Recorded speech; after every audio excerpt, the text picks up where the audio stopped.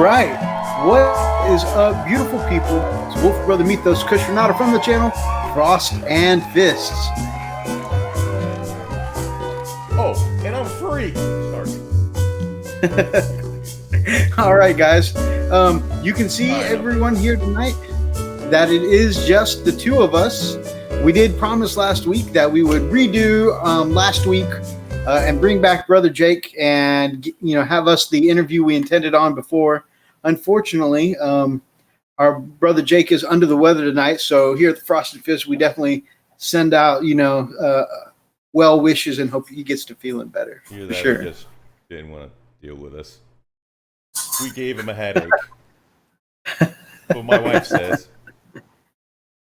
And I don't know, that's a pretty big we.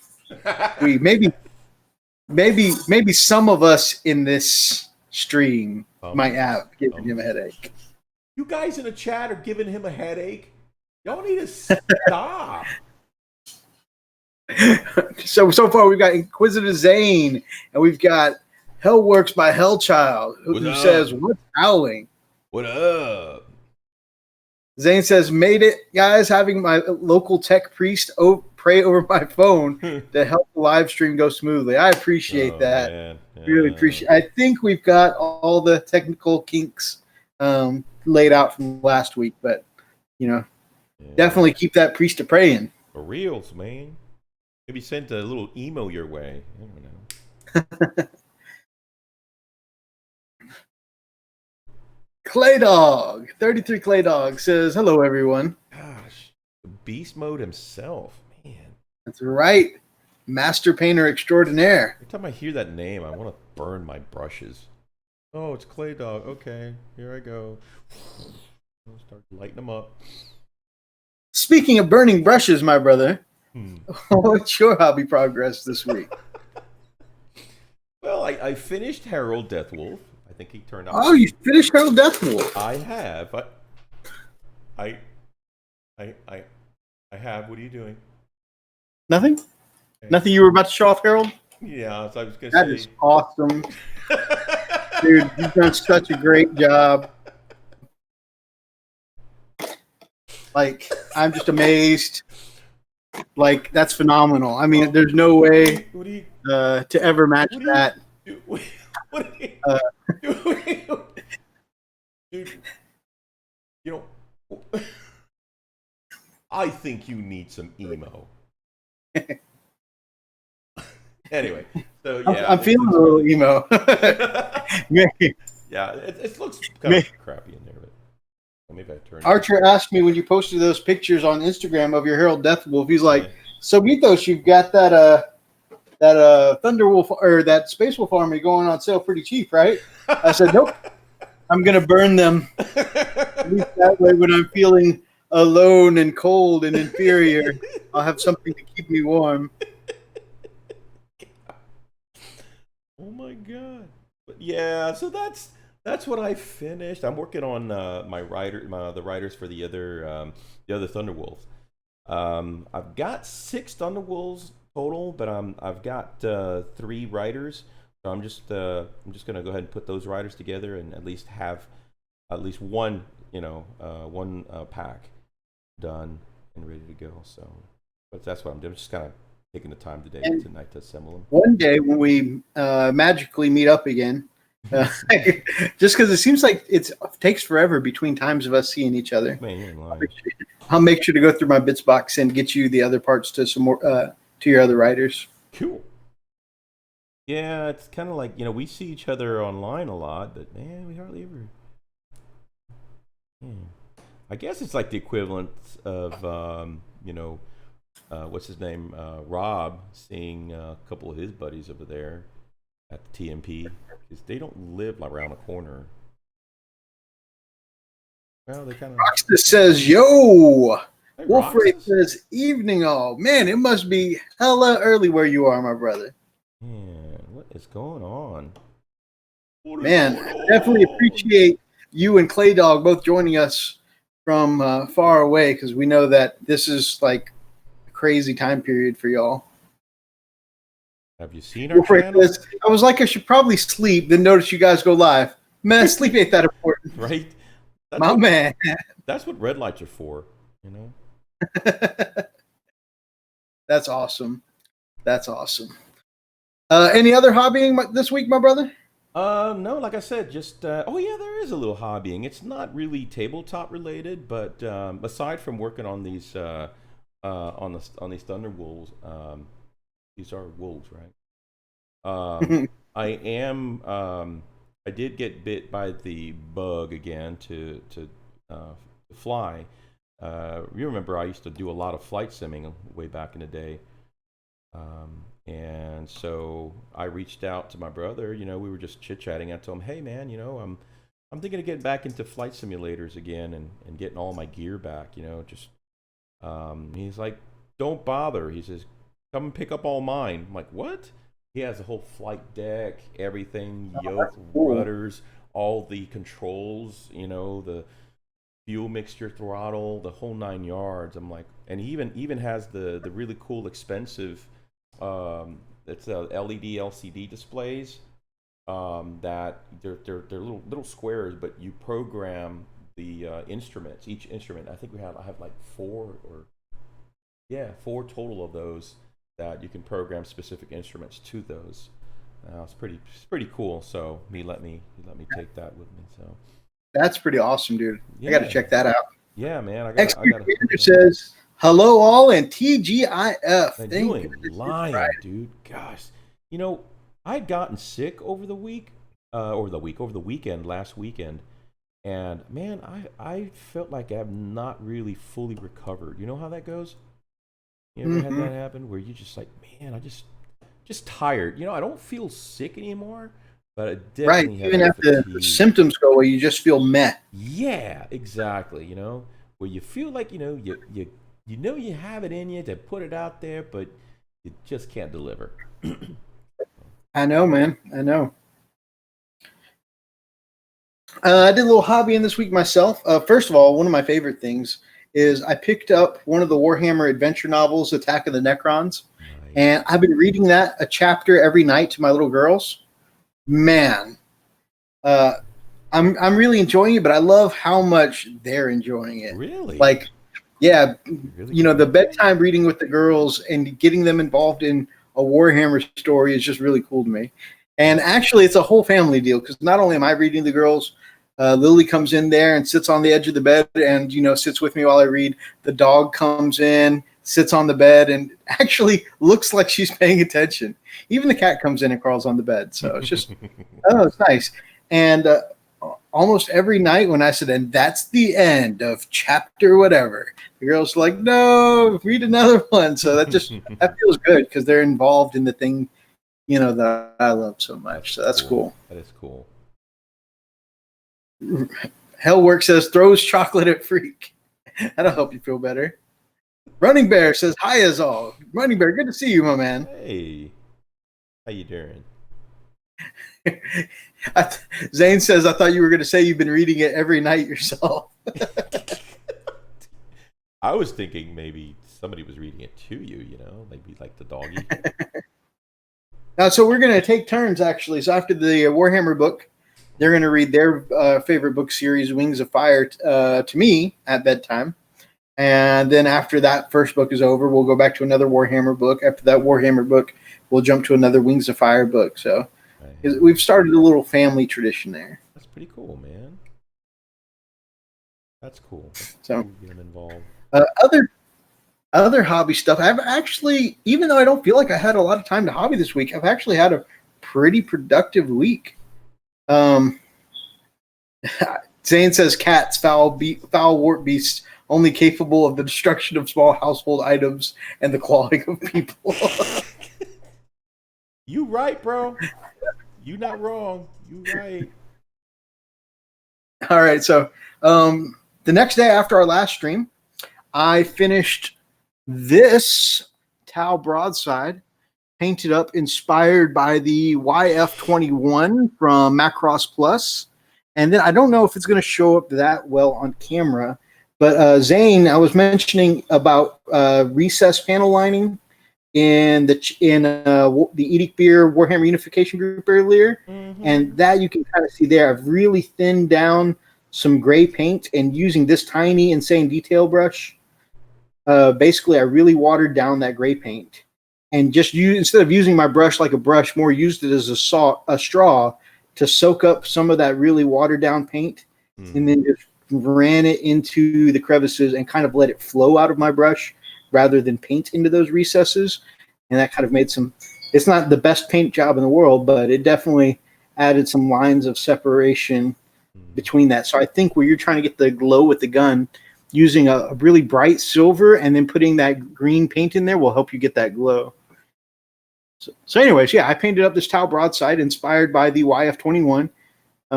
Not super detailed, but you can see, some Tron style.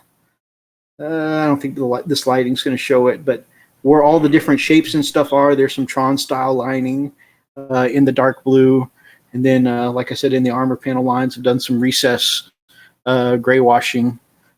So it came out a lot better than I thought it was. Because when I first got this model, just the previous owner who had it before my brother did, it was broken at the ankle, at the hip. The missile pod was broken off and one arm had to come off. Ooh.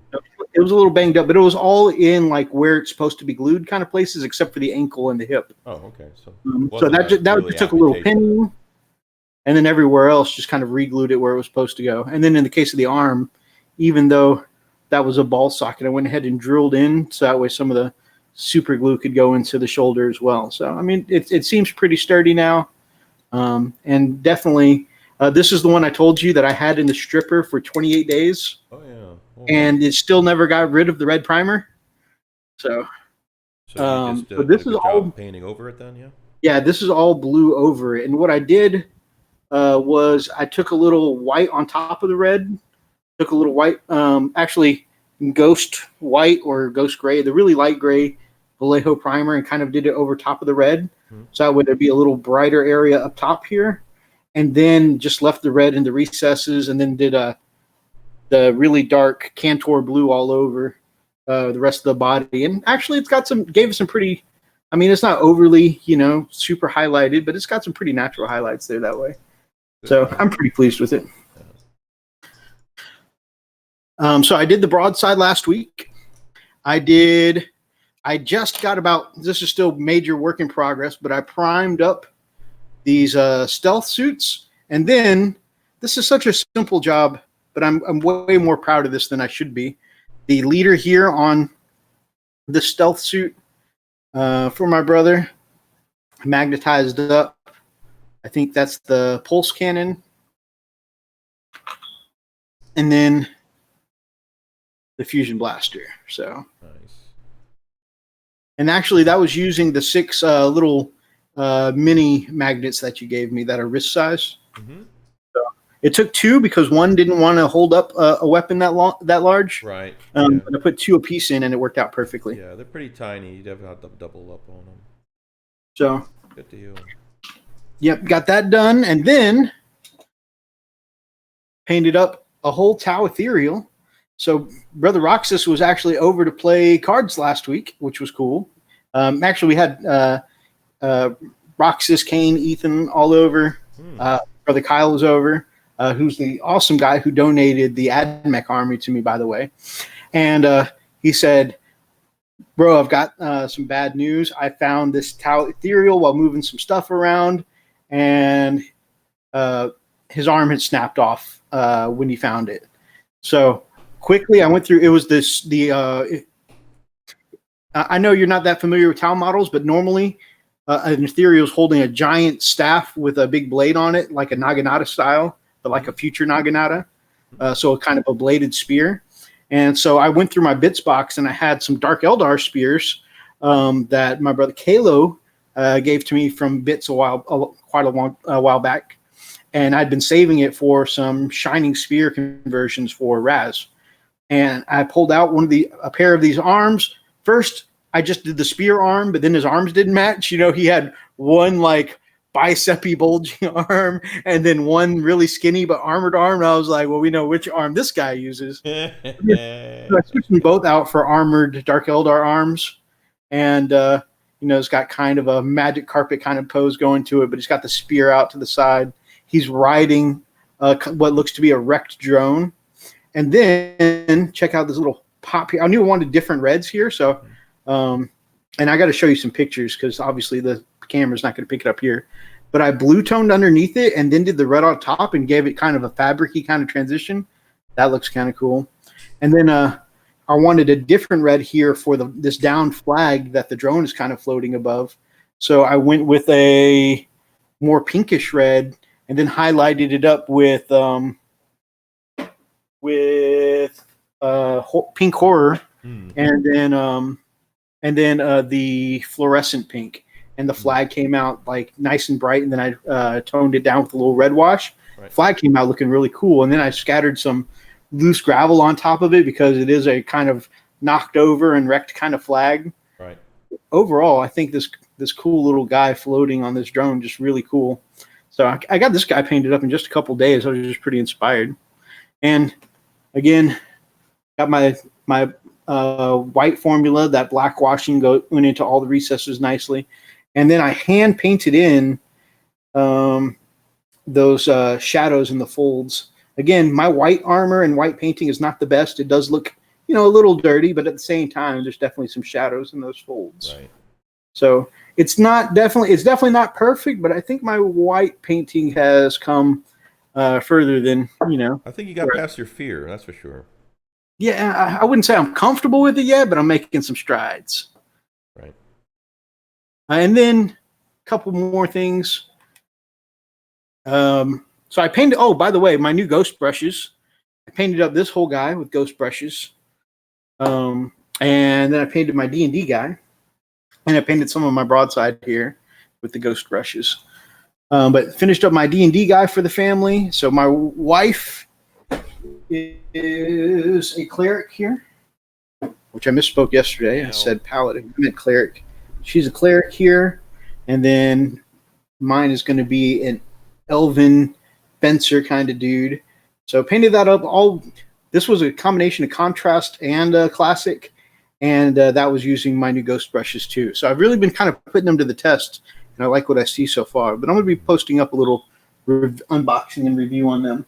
Getting a lot of comments on the chat, bud. Everybody seems. Yeah, I'm about to go back. And then the last thing I did this week is I made a little start because I'd finished up some of my other projects and started a little bit on my apothecary here. Very nice.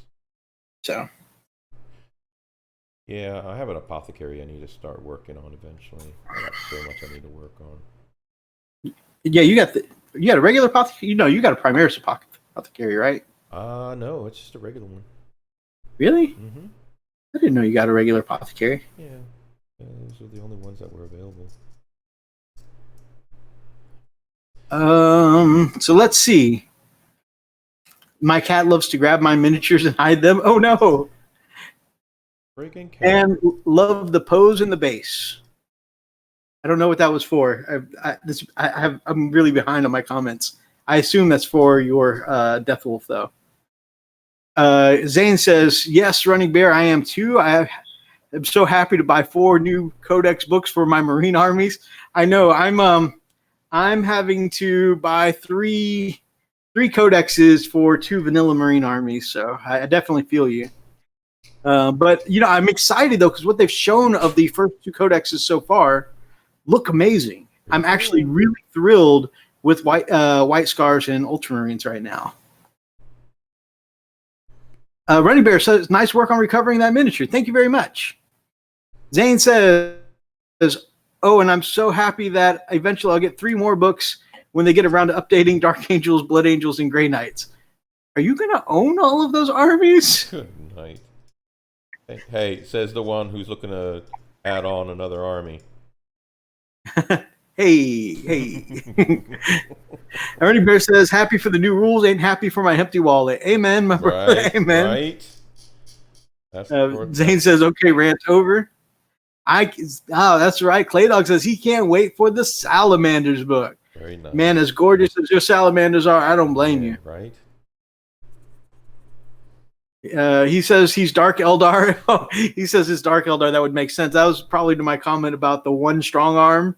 Because Dark Eldar, if you don't know, Freak, worships Slanesh, the god/goddess of excess. Mm-hmm. So, it would make sense for them to have the one strong arm. Oh my god! Wow.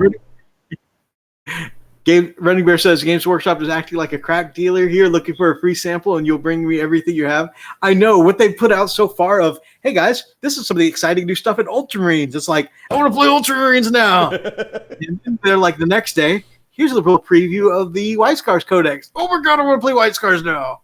So you're right. They're definitely a crack dealer. Nothing like.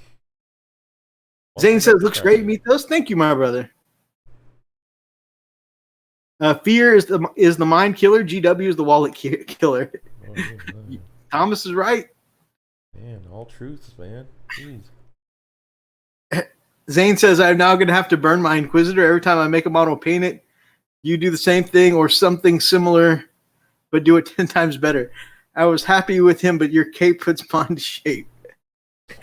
I think your Inquisitor looks fantastic, my man. Especially looking, and I know you've only painted like 20 models to this point, but already, the Inquisitor looks even better than the first set of Marines and stuff you did. So, what's really cool is that I think in this hobby, to me at least, it seems like they say that practice makes perfect, but you can literally see when you're painting, your skills level up as you go. Because I mean, even if you do a kill team, right? Model number 10 is going to look better than model number 1. And that's the way I really feel. And I truly, honestly feel about that Inquisitor. Your Inquisitor looks badass. And if you go back and compare him to model number 1 for you, dude, you're definitely progressing. James Meek is in the house. Hey, Brother James. What up, Brother James? Must be on break. Zane says, I have a small force of Dark Angels with a Storm Eagle. How do you have a small force of Dark Angels with a Storm Eagle? It seems like you need a big force with a Storm Eagle. A Storm Eagle is like you've committed to the force at this point. He says he's got 3,000 points of Grey Knights. Wow. That must be at least 5 or 6 models. That's impressive. Grey Knights are just really expensive right now. So, but that's awesome. I actually really like Grey Knights and thought about getting into them. My thing is that when I started Space Wolves, the top 3 things I was looking at was Grey Knights, Space Wolves, and Tau, because of course that anime look. I know, right? And then when I started looking, they're like, let's look at play style. I want to punch it in the face. They were like, okay, get rid of Tau. Okay, so now I'm looking at Grey Knights and Space Wolves. And even though they both were very cool, very upfront, punchy armies, of course, the fact of riding a wolf into battle and punching something in the face made the decision for me.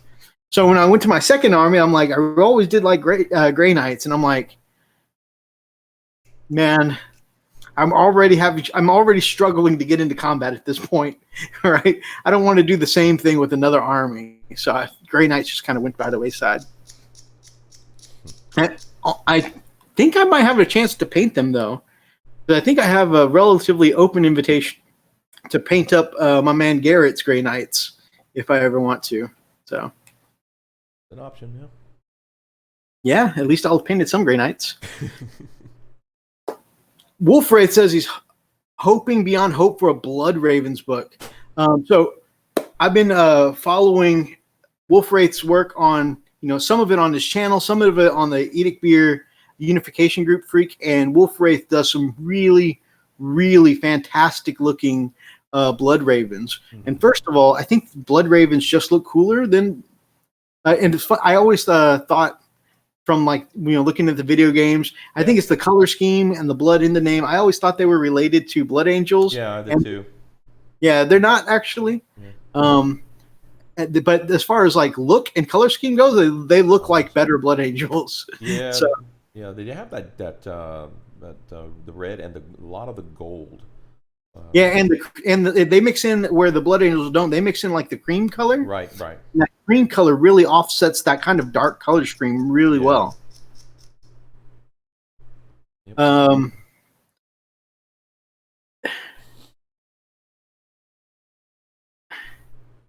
I was talking about Dark Eldar earlier, and I worded it incorrectly. So they kill and torture to avoid being eaten by Slash. I mean, they kind of serve. They kind of do the bidding so that way she stays away from them. But yeah, I didn't phrase it correctly. But Zane's got my back here. Zane says he also says he has 3 tactical squads for and an assault squad and a jump captain for Blood Angels. All right, so dabbling in all the honeypots there. That's pretty cool. He's got a small Templar force working on Imperial Fist Successor with 150 Marines and some Ultra Successor boys. Very nice right there. Huh? Very nice right there. Yeah. 1 battalion of 5-mans. I buy a lot on the cheap and end up with extras. That's awesome. That's the way to do it. Wolfwraith says he's just finishing off the 2K force, so should be seeing a lot more of it soon. That's awesome. That is a battle-ready force, 2,000 points. 2K is the common game I see played most often. With the Storm Eagle, I had a friend who just had it and gave it to me on the cheap, so I just messed with the paint a bit. I have like 2 10-mans from Dark Vengeance and an additional captain. That's pretty cool. That's pretty cool. Hey, you just won a Storm Eagle out of nowhere? That would be cool. That would be real cool.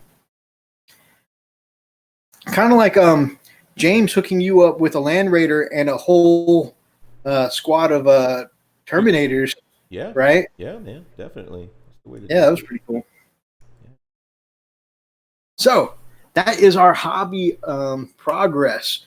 Let us know, guys, down in the chat, what you've been working on. I see, like I said, Wolfwraith hooking up the 2K Blood Ravens force, and we've got a whole mess of work being done by Zane over there, who's got like 16,000 points to paint up. Insane. He's going to handle it. He's definitely going to handle it. He's going to be like beast mode, man. He's going to turn it up. So, very cool stuff. Hellchild, who was in the chat a little earlier, probably still in the chat now, has been working on some really awesome, a really awesome model from Forge World. It's the Space Wolf specific Venerable Dreadnought that you can get from Forge World. It's the one he says hides his wolves. It's the one that's got the wolves facing either way on the chest, which is the one because a while back Freak bought a Bjorn, and I scrapped a project where I kept the badass Redemptor Dreadnought, but I wanted a big ass Bjorn, right? Called it Babs, where I was going to use a Redemptor body, and I still put I had Richard built it for me, put the claw on there from Bjorn, and it was very cool, but just so many additional weapons on a Redemptor, it would have had to really cut into it to get it WYSIWYG for a Bjorn. So I just finally was like, you know what, I'm going to use it as a Redemptor, and I'll use something else as a Bjorn. By then, Freak had already bought a Bjorn, and I'm like, I don't want our Bjorns to be exactly the same, aside from the fact that his is going to be like 1 billion times better painted than mine. And I definitely don't want that to be the only differentiating factor. So I decided to get the Forge World version, and I'm going to use that body for my Bjorn. So that way we have different flavors of Bjorn. Yeah, it's cool. Wolfwraith just finished the Repulsor Executioner. Ooh, actually, I want that. I want that. Yeah, I did see that in the Edict Beer chat, and moved on to an old metal 90s librarian model that I saved from eBay and making it my chief librarian. That's pretty awesome. Yeah. Running Bear's been working on his Dark Angels and Space Wolves. I'm interested to see what units those are that you're working on, my man.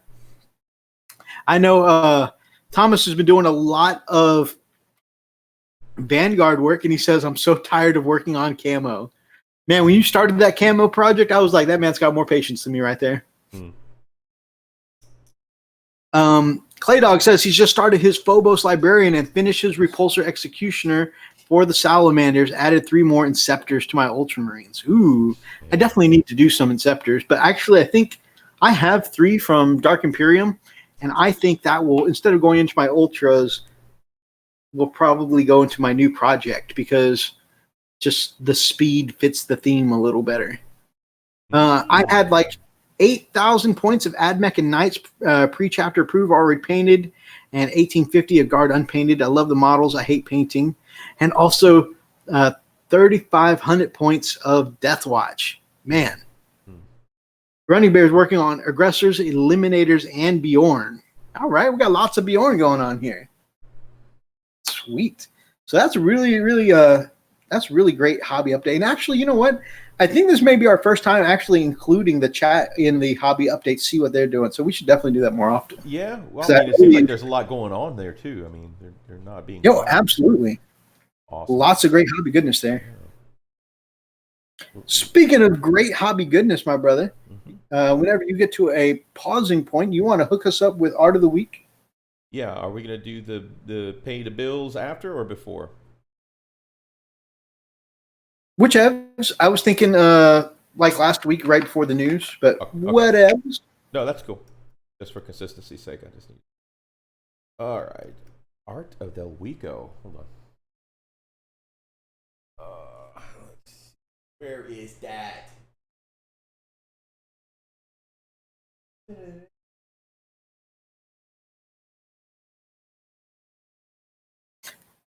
So I know I tend to go overboard with Art of the Week, guys, just because I see a lot of amazing things out there. It is a tiny bit lighter this week, tiny bit. All right. Should I talk about my new project that I've been side? Well, you know, I've already kind of announced it on Facebook, so I might as well go ahead and talk about it here. Hold on, let me switch it back to you. No, it's going to come up in Art of the Week, so. Oh, never mind then. You're not important. I know this guy.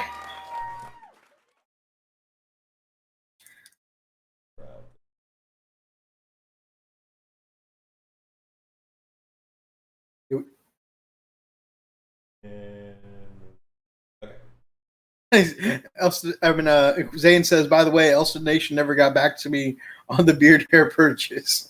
I think he did. I think the nervous laughter gave it away. That is probably not going to happen. There we go. We know this guy. This guy just, you know, okay. I'd like to say something for this, okay? Because I put together salamanders, a bunch of them for a client. Right, and I did the whole flame thing, but these flames, I mean, dare say that Salamander's commission almost killed your mojo. Yeah, they did. They almost killed me. I mean, I was just. But it was almost the frost and frost for a little while. yeah, man, that almost did me in. But man, look at these flames, dude. This flame just destroyed this thing, man. I mean, the thing looks like it's on fire, you know? It just looks so good. And the really awesome thing is he posted this on our Facebook page, and then the comment underneath said he was inspired by us talking about his amazing flame work on the show last week, that he went ahead and finished this up. Nice. Awesome. Yeah. Hey, there's no licks yet. I haven't painted nothing. The brush is still dry.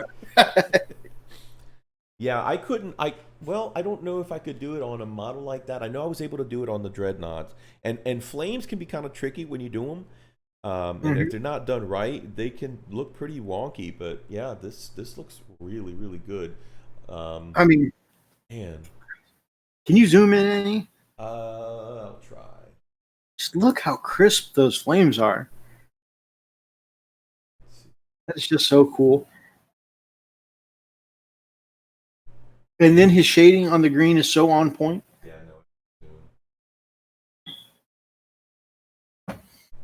I won't zoom. Anyway, either way, it just looks amazing. Zane says, no, you're just licking a brush like crazy while the camera's off. I know. I think you're right. Zane. You can hear the slurping sounds, can't you?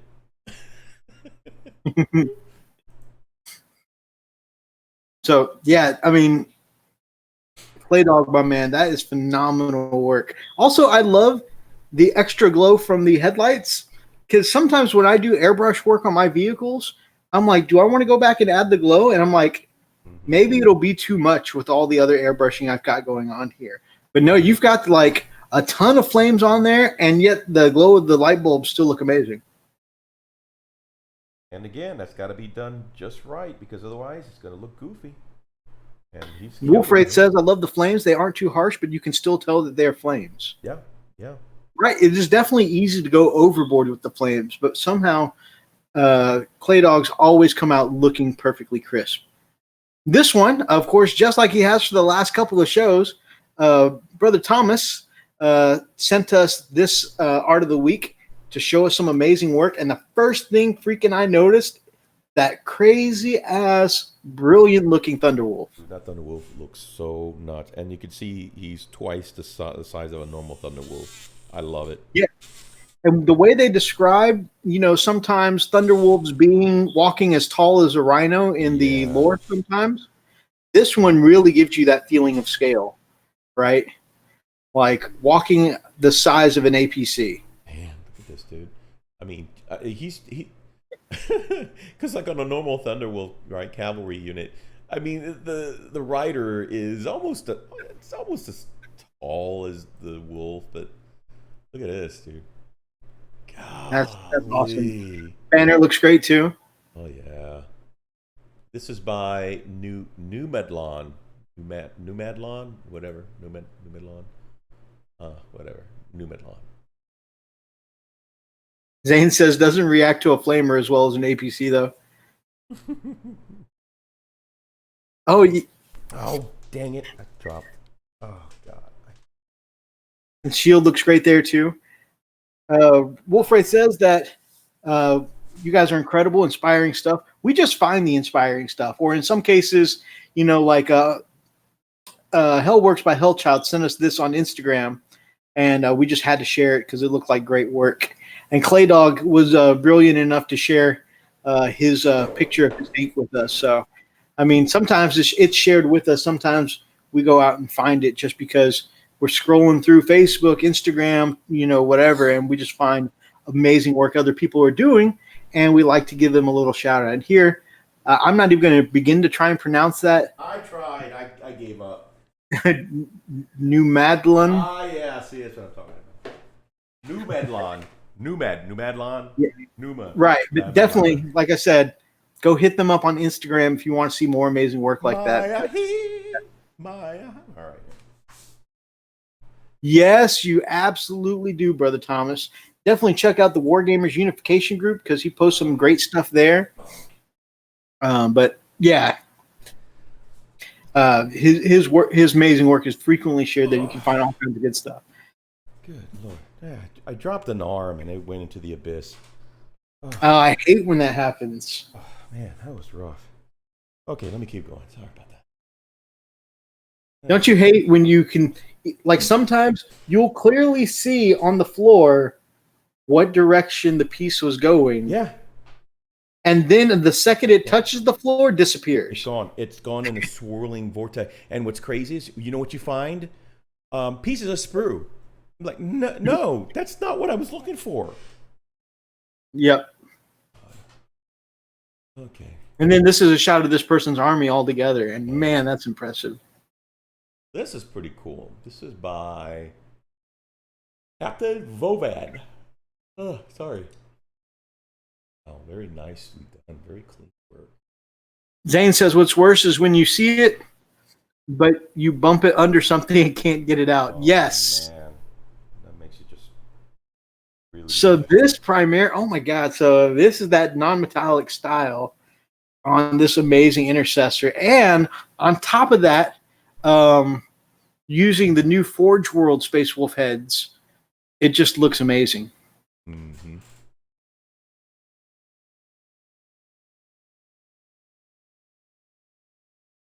Yeah, they look really good. That non-metallic look.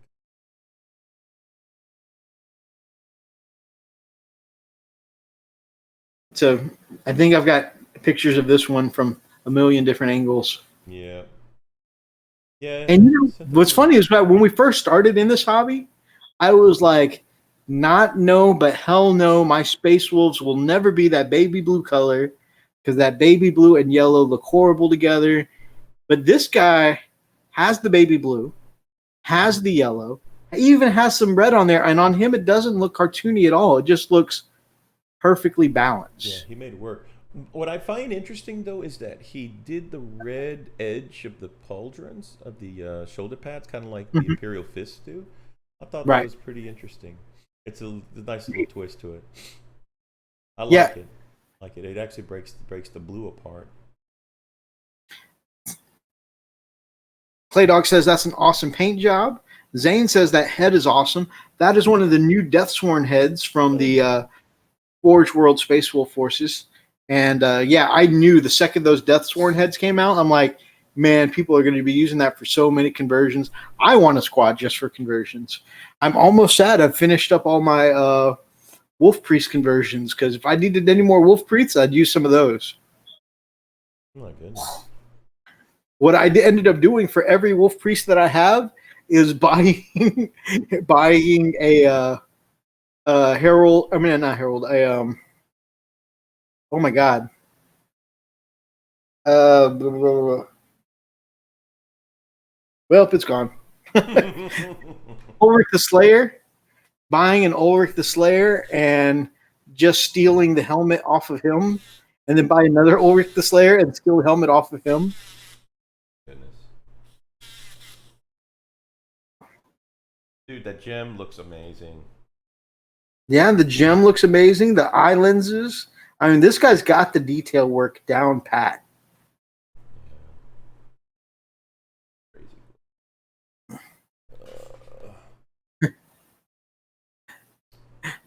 Nice work, dark gray and red and black for my Space Wolf with gold trim. Nice, nice. Yeah, I remember you sending us pictures of your Space Wolves. I really like your Space Wolves because it's got more of that really hardcore 30K look, which I really appreciate. And don't get me wrong, I'm probably never going to go to the classic Space. Well, I don't know about never, but I'm unlikely to ever go to the classic Space Wolf colors of 40K. Go to the next one. I want to see the before picture before we really talk about the after picture. But yeah, just I really have fallen in love because I decided I didn't like the original color scheme, and then I picked my own color scheme and then built lore around it, and I love my lore so much that I think they're just forever going to be their new colors. So check this out. This is a Fisher Price toy right here. The guy added the little staircase and fence line at the bottom to give it a little more line of sight blocking, and then painted the sucker up, and we have Fisher Price Warhammer terrain that looks amazing. Dang, dude. All right, I just wanted them to see the before, but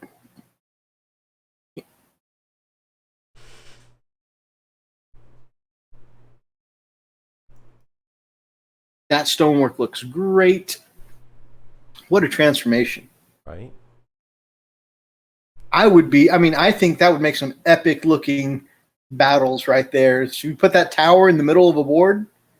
Man, can you imagine like having my assassin sitting up there with a rifle picking off your HQs? Yeah, okay, yeah, no. What else? That is such a cool use. Like and I see stuff like this all the time, and I get inspired. And man, sometimes I'll hit up like 20 Goodwills after seeing stuff like this. I can never find a good score like this. I'm gonna go find me some Fisher Price terrain today. But yeah, I never come across the good finds like this. They start yelling at you, sir, get off the little horsey. All right. And what is this? What is this? What is this?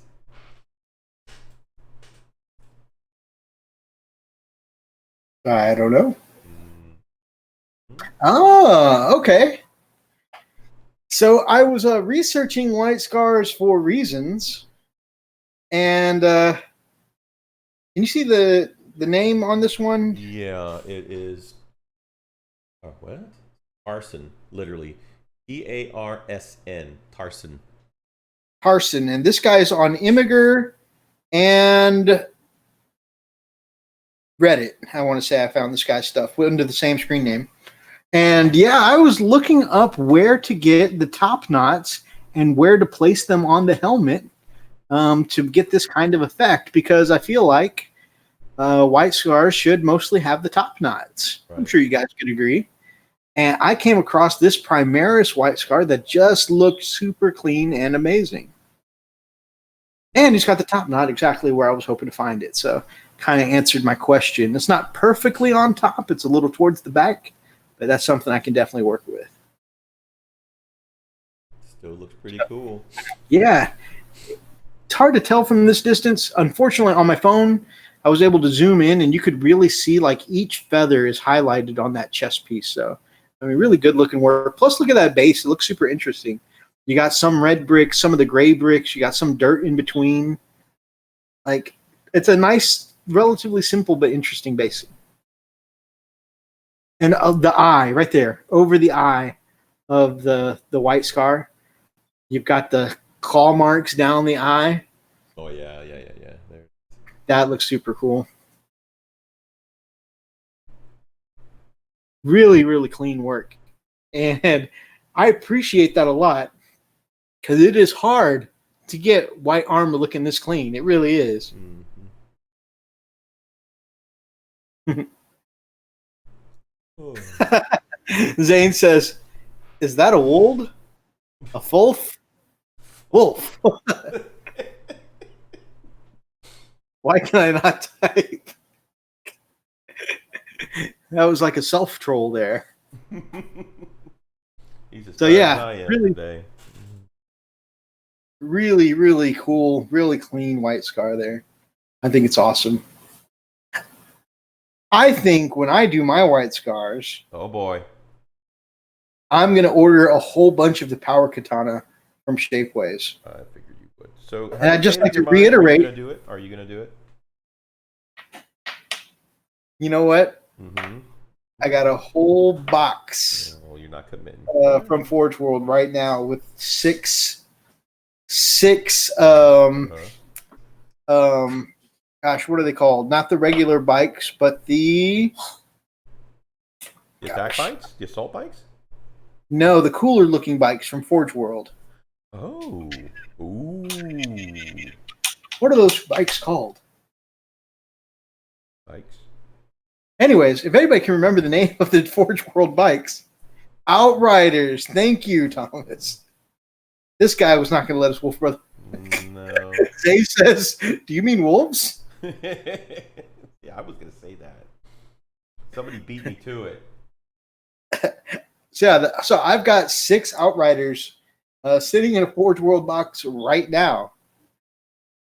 So guys, well, let's go on to the next art of the week, and we'll talk about it. So this next piece of art is from a fellow YouTuber called Crux Terminatus Minis. It's a mouthful, but the guy's got some really cool stuff on his channel, including this beauty right here. Oh, thank you. You shouldn't have. You are not on his channel. Oh. I still appreciate the beauty that is there, but you're not on his channel. So check it out. This is a really, really gorgeous White Scars Jet bike. That is pretty cool. This seems like a perfect timing, like a perfect storm timing-wise, because I have always been interested in White Scars, but I always said that how does the wolf manage to stay in the air like that? It must be some kind of warp heresy. It's got to be burned. So I always said that I would love to do White Scars, but I refuse it. I'm getting back to the Greenspoint clapping. Okay. Refuse it. Mm-hmm. Okay, to paint white armor. And now that I'm doing a white armor commission, I freaking know why. The rumors of it being difficult are true, but you know what? It is difficult. You go ahead. But it doesn't feel unmanageable at the moment. And one of the things that I'm really excited about is that the most difficult thing to me is bringing it up to an acceptable white, Say it, girl. and then going back in and getting your shades and recesses in and stuff like that with a wash. Because I feel like an unwashed mini in most cases feels like an unfinished mini, right? And so I compulsively have to wash stuff. But I feel like the most difficult part is washing. But now that contrast apothecary white is a thing, I think it might be more achievable. And even with doing it the classic method, these Tau have been great practice for me. Like I was showing you on the mini on the spear guy earlier for the Tau, the ethereal. Like my white is not perfect. There are parts of it that still look more dirty and less shaded, but it definitely looks better than my first Tau piece. So I feel like I wouldn't say I'm getting more comfortable with white armor, but I'm trucking it up less. Right? And so I think it would be doable. It may not look perfect. It may not look great. It's definitely not going to look like the work by Crux Terminatus Minis here. Man, that bike looks gorgeous. Can we all appreciate how good that bike looks? I mean, the shading on that black there, especially by the afterburner and the thrusters, how just the underside of that white armor is all burnt up and stuff like that. You got las burns on the side of it. I mean, that model looks phenomenal.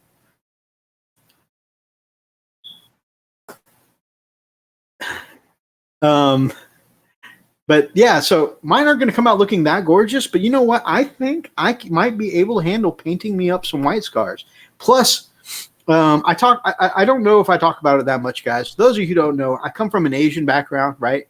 I'm half Thai, and part of that half that is Thai also comes from China. Like a few generations before that. And so, I've got some deep Asian ancestry. And anyways, I'm very proud of my Asian ancestry. And what? I thought you were French. God dang it. Look on your face. You look so serious. Anyways, I'm very proud of my Asian ancestry. And I've always said that, man, I'd love to represent my Asian side a little more by doing some white scars. But again, intimidated by white armor. But man, so lately I have apothecary whites become a thing. So that leaves me to be more inclined to believe that I can do it. Plus, I've been reading some of the White Scars books now in the Horse Heresy. I mean, it takes 25 books to get in before you actually meet the White Scars. But now that I've read a few books on them, man, they just seem really cool. And definitely it's like, man, once again, I really want to rep my Asian side. Hellwork said he thought I was Latin. Most people think I'm Hispanic for sure. And I actually, funny story about that. I was in a GameStop working as a manager, and I was talking to a guy who spoke Spanish to me, and I said, "I'm sorry, sir, I don't speak Spanish." And he said, "See, that's what the problem is with you kids. We work so hard to cross the border, and then y'all get over here in America, and y'all want to forget where you came from." Sir, I'm not Hispanic. Oh no, I know a Mexican when I see a Mexican. I said, "Sir, I'm Asian and I'm Italian, and that's what I look like." He goes, "That's what you mix to get a Mexican." I was like, "Oh my god, this guy sucks." Yeah. Oh man, he's worse than I am. Whew. Yeah, no, he would not give up on the fact that he thought I was Hispanic. Wow. So anyways, but yeah, so between that, like I said, between Apothecary White coming out, reading the books now, and really enhancing my desire to be part of that, and the books coming out, and the books, we talked about this a few days ago, and I know they just put out the White Scars rules today. Mm-hmm. But even before that came out, with just Shock Assault being the thing, I'm like, man, Shock Assault, those bikers are going to get an extra hit. That's going to be awesome. And then, the next day we saw the chapter tactics. I'm like, look at those chapter tactics. White Scars are really going to be awesome, advancing and charging. And just I kept talking about, I was like, man, this is really giving me the bug. And of course, I've got the freak on one shoulder going, yeah, go ahead. Yeah, no, you should. He's like, you know what? Go ahead and shelf the ultras for now. I'm like, I don't want to shelf them, but man, these white scars look so good. They're not going anywhere. They are not going anywhere. So yeah, guys, I think because I don't have enough Let me just say armies. this, dude. You've been talking about since the day the day we got back together, actually. To play Warhammer. You have been talking about white scars, dude. You've even mentioned it in some of your in some of the some of our episodes. That was your dream chapter, and man, I'd say go for it, man. Yeah, it definitely seems like the perfect storm of coincidences coming together to say, go ahead and do it. Go ahead and play some white scars. So. Hey, man, the universe is for it. Let's look at the self-destructive path for a second, though, will we? So we've got Space Wolves, we've got Admech, we've got Imperial Knights, we've got what else do I got? I've got my Ultras, of course. I've got Sisters kind of oncoming. Okay. You still have Celestine in the box, don't you? Yep, Celestine's still in the box. Oh, man. I got Celestine in the box. I got Sister Amalia in the box. I want to get a Canon S Viridian at some point. So yeah, that's 5 right there, and then in White Scars, that's a lot of armies. And then on top of that, I have a Darklight Dreamer's army that I've kind of I mean, it's not my army; it's still his army, but it's at my house, and I'm supposed to help him paint them at some point. And I mean, I might be the only one playing them, so they're kind of a surrogate army. And then also, I have had another donation, and that's going to be coming up for me to talk about in October. So I'm not quite to Archer's level. What up, Brother Archer? I'm not quite to Brother Archer's level yet, but man, I feel like I'm getting there. My goodness. Well, like I said, you've been talking about them since day one, and really, man, I think that would be a great, especially their tactics. And you don't have to build 2,000 points worth, man. I mean, heck, you could just build a couple of some of those Outriders, build those out, and a couple of bikes like that. Have them run with your Space Wolves, just. Oh, absolutely, absolutely. I think they would work really well together too. All right, let's take a look at this chat because it is lit. Holy crap! All right, so could always do black scars. Yeah, we were talking about those Evan Keshig white scars that are actually black. Those look good. Zane says the most difficult thing for him is painting. He says, "How about magenta scars?" Running Bear says, with the new chapter tactics added, Space Marines will be a lot more competitive, I would say. I think you're absolutely right. We're going to take a look at those.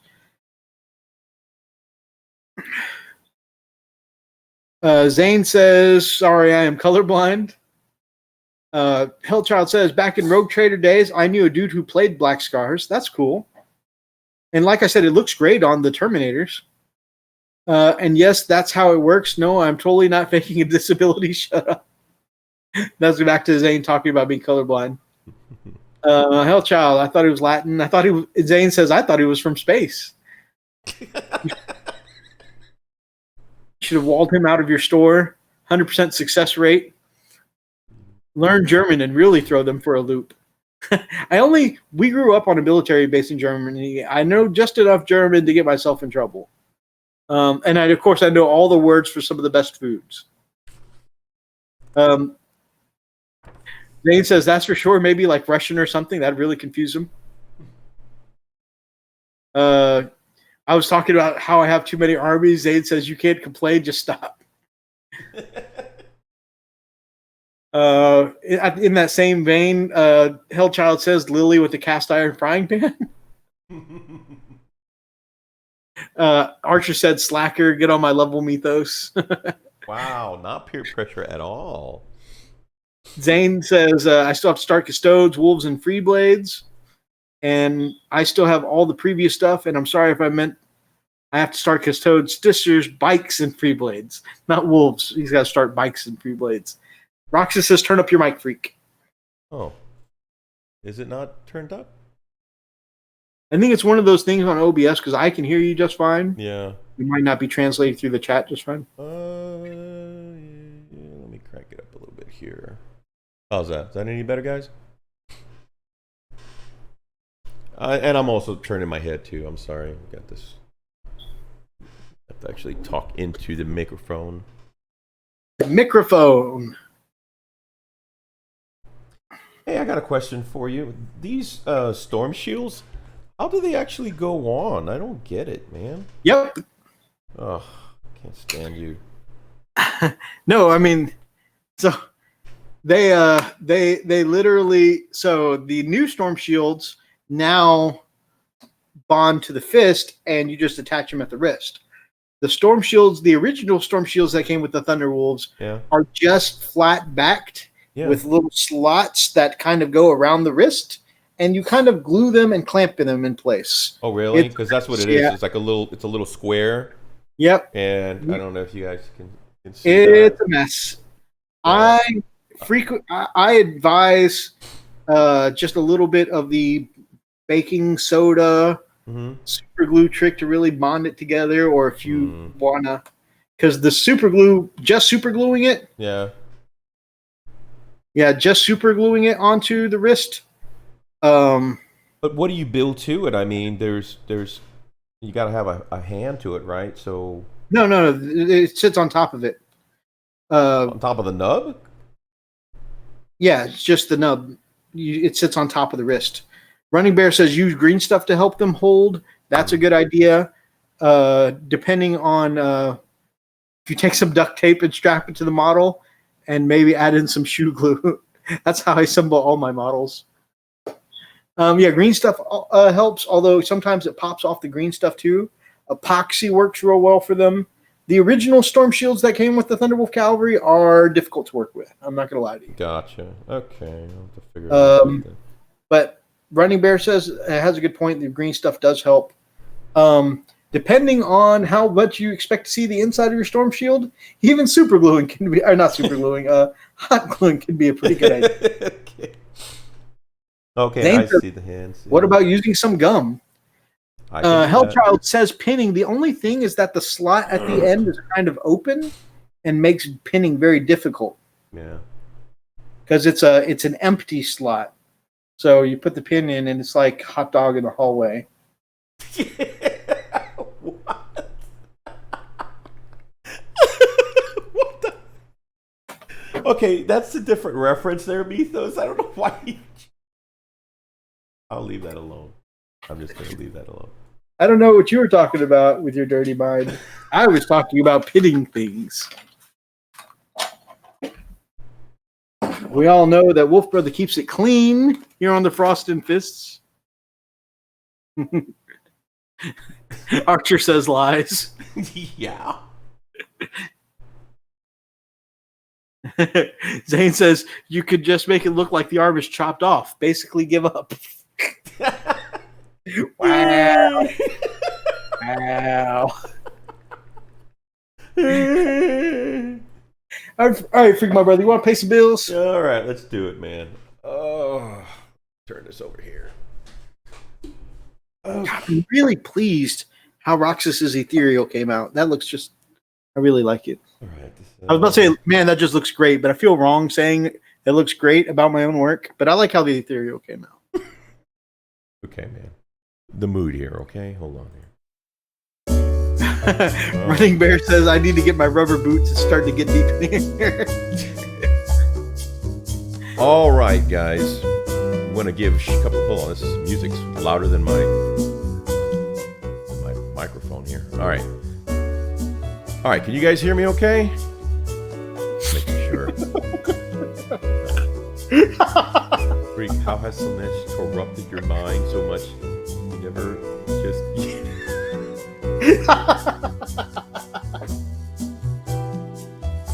Yeet! Oh, man. Only when I'm drunk. Oh.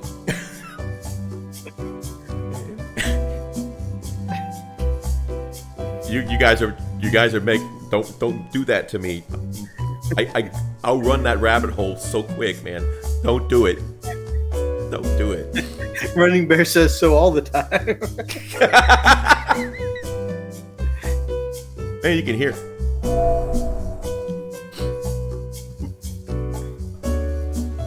All right, let's do this. All right, guys. First of all, big shout out to our Blood Claw level Chief Live Gaming. Woo! Awesome. Thank you so much for your support, my man. You rock. And moving up to Great Hunter levels, we got 2. Brother Zane, thank you so much, brother, for your contributions, man. It means so much to us. And we have a new donor. Brother Roxas brought it up to a Great Hunter level as well. Brother Roxas, thank you so much. Man, look, guys, it really means a lot that you support our channel. You know, and again, we don't ask for much, you know, $1 a day or $1 a month, whatever. That's fine. What is he yakking about now? Perfectly normal expression. I swear, Zane has just broken me tonight.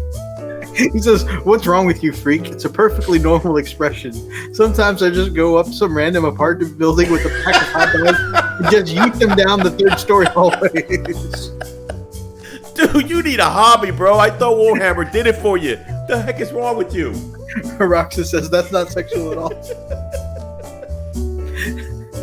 What kind of apartments are you going to anyway? I'm just saying.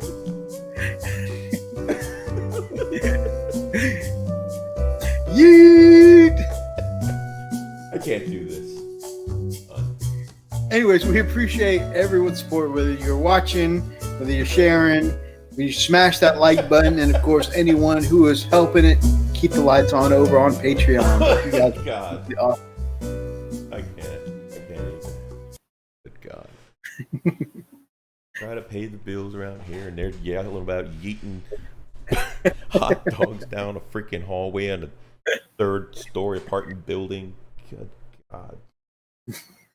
Hitting people in the faces with it. You know? It says, I leave them for the homeless dude that lives in the supply closet. I think everyone just thinks he's the janitor because he cleans up the mess. Roxas says, you know, paying some bills. All right. You guys know that I love to do Frost and Fist story time. This is one of my drinking stories that I love to tell people. Hold on, let me put the music back on here. Yeah, go ahead. So, guys, when Freak and I were security supervisors, we used to have to go late night checks over the weekend, because weekends we were having a lot of problems with officers screwing off and doing what they want to do. So we'd have to do weekend post checks. And it would be overnights, right? And, you know, popping up at random sites all over the Houston area from like midnight to 6 a.m, right? And so anyways, we had a couple of security sites that were on the wrong side of town. Like, the security sites themselves weren't on the wrong side, but there was like one okay neighborhood, but surrounded by hood. Right. And so there's a couple of those. And anyway. Gunshots? Yeah. Huh? We would ask you that, did you hear gunshots? Oh, yeah. Right. And so anyways, so we're doing these late night post checks, and I end up at one of these sites, and this is my last side of the night. I'm not thinking anything about it, because it's like, I'm not thinking, actually. It's like 4:35 in the morning, something like that. And it was my last site. I just finished my weekend post checks. I just wanted to get to bed. And freaking Mythos starring in Super Troopers Mall version. That's awesome. And so anyways, I leave this site. It is just on the edge of a rough neighborhood. And I go to the gas station that's like right there by the highway. And the highway kind of separates the rough part of the neighborhood from the not so rough part of the neighborhood. And so anyways, the gas station right there. By the way, I had no AC at the time in Houston, right? And so even overnights, it is just this hot, sweaty atmosphere. And of course, I had the windows down, but still just driving around and all that hot air just would be really bad on my sinuses. It was pretty frequent for me to get nosebleeds while driving around for any more than 4 or 5 hours at a time. And so anyways, right there at the end of my night, one of those nosebleeds happens. And so I pull over to this gas station because I need some napkins or something. Like the blood is just pouring out. And I'm just like, gosh, how, why now?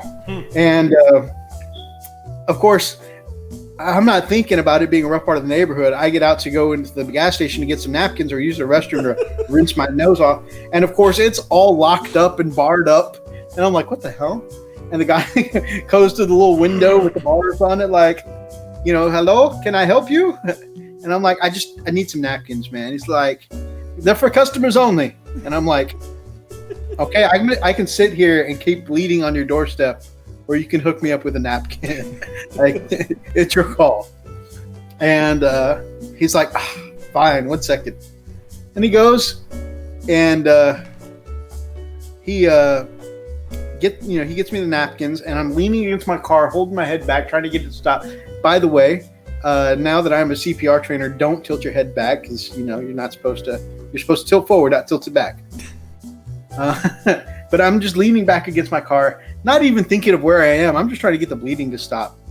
And I become aware that somewhere out of the darkness, someone has come to stand right beside me. And it is someone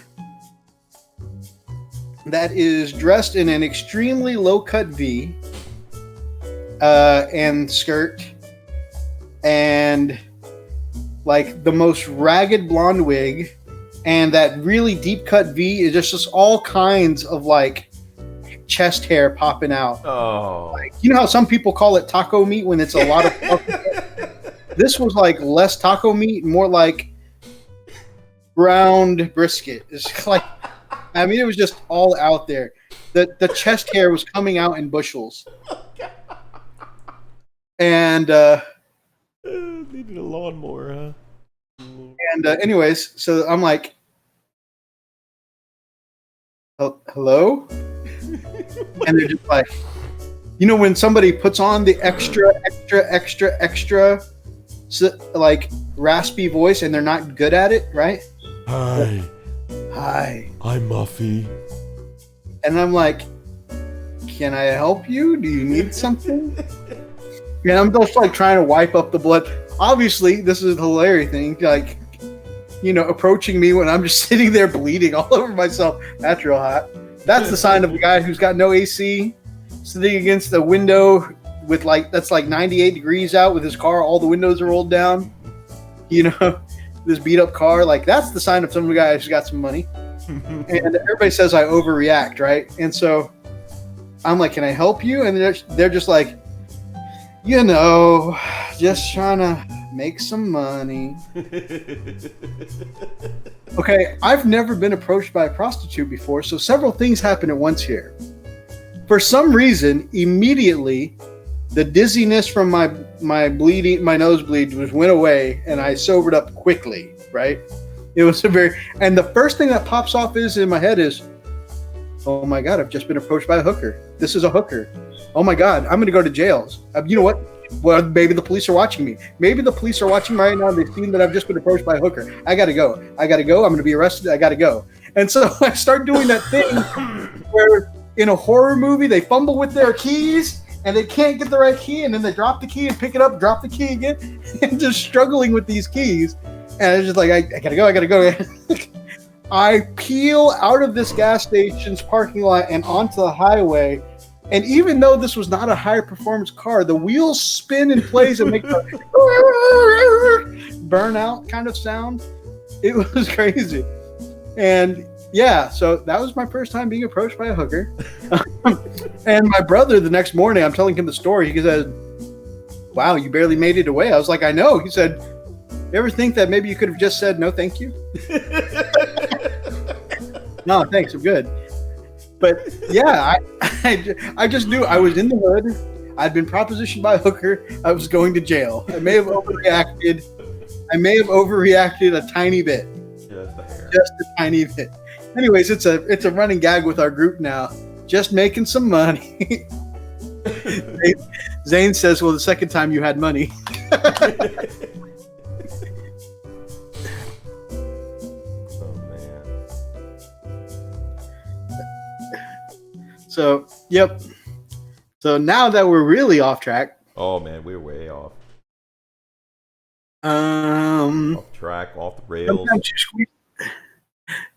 Zane, back on the hot dog, says sometimes you squeeze them through the door crack for young kids who live there. Gunshots, that's just emo distributing motivation to the people of the hood to get their lives together and don't do warp dust. Running Bear says you should have just brought tampons to carry around. Right? That would soak up the blood. Running Bear is right. Stick one in each nostril and it works. Zane says you ran into a male succubi. Archer says, what kind of crap are you into, Mythos?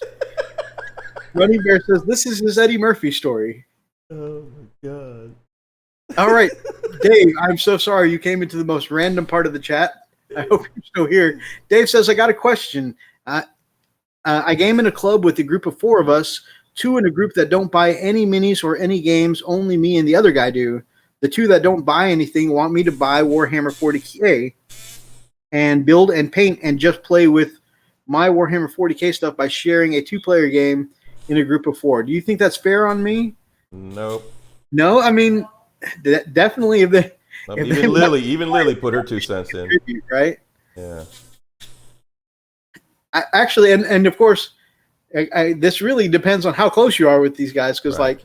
I mean, I've got several friends I would do it for, sure, no problem. Right. But, just people you hang out with just at the store, I mean, depending on how well they know you, that might be kind of a bold proposition for them to say, yeah, let's just use your stuff. Let's let you buy it all, do all the work, and we're just going to enjoy the gaming side. Yeah, that's no bueno. Oh, apparently they're not that close because Dave says he'd rather play 40K with that hooker than his gaming group. Wow. Well, yeah, that's not It close. looks like you need a new gaming group, my brother. Yeah, you need to ditch that guy. Yeah. You might want to do what Mythos did, get in your car and peel out. Take off. Police knew that you had been doing what you had been doing and sent in an undercover officer. See, that was my thinking, is that this is Sting, I'm going to jail, the police know I've been approached by a hooker.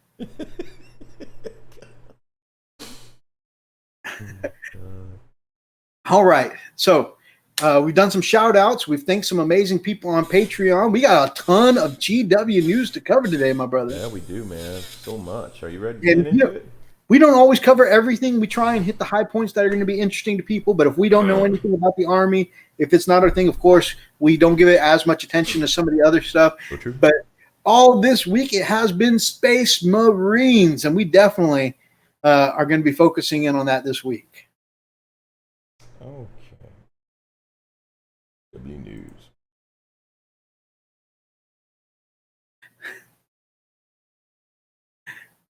Zane says reaches into pocket and is immediately tackled like, I've got some money. Oh!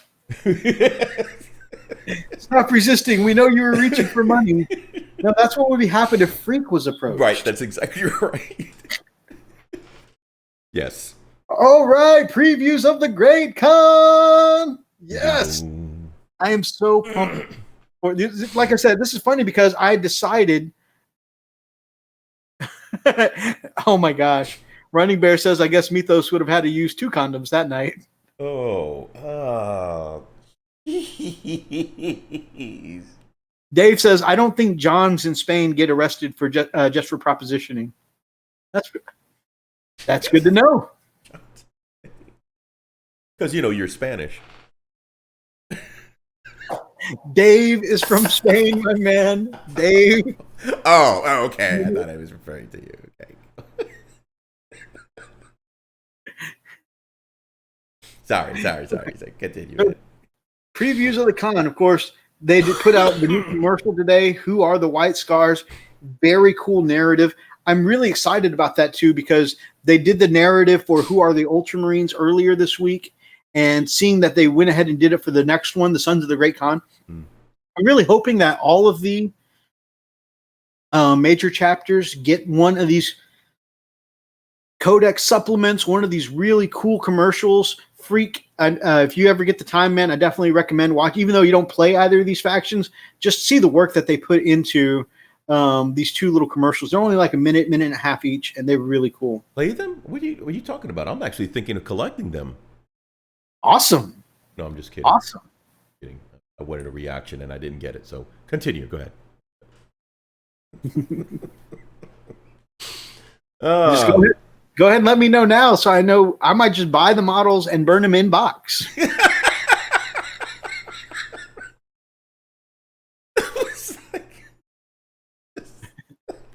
Dave says, I am Spanish in Spain, but extremely Britified. That's fair.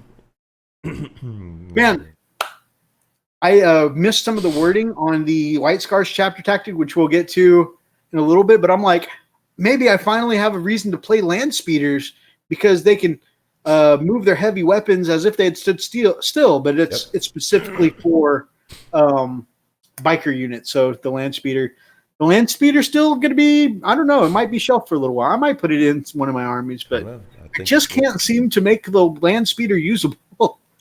Yeah. Like, it just costs too much for what it does. Back when I could get both heavy bolters for like 65, 75 points, it would seem pretty good. But yeah, well, I mean, they still have the bolter drill option that you can use. Bolter drill is Imperial Fists. No. It's not just a. No, it's not a chapter tactic. I mean, you could get. Is it bolter drill? The one that you have to roll 6s in order to. Because I know that one is Imperial Fist, but you have an actual. You mean bolter discipline? Discipline. I'm sorry. Yeah, that's what it is. Okay. Yeah, I mean that doesn't work for heavy bolters because they're heavy 3. They're not rapid fire. So yeah, I don't know. I'm still going to try and find some way to use my poor land speeder because I like how they look. They're just so points inefficient. Yeah, I know.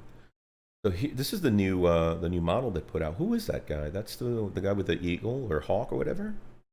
Yeah, so he is one of the captains called the Master of the Hunt, and we'll see his name further in the article. I'm terrible with names, but yeah, he's he's like their lead captain guy, and very cool new model. Got an update. The only thing that I've seen mentioned though is that this character used to come on a bike, and now that he's primarisized, he's standing, which, you know, your White Scars soldiers want to be on the move all the time. So to restrict a character that was on a bike to a 6-inch move, that's an interesting choice to me. The Master of the Hunt, or Sarrow. Oh, that's cold. So,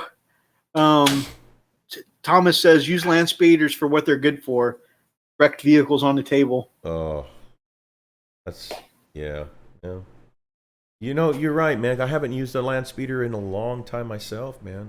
I mean, they're just so expensive for what they do. Yeah, I mean, you can find a lot better stuff to use in place of that. You're right. For the build I like to run, either a full cannon and heavy bolter, or double heavy bolter. Yeah.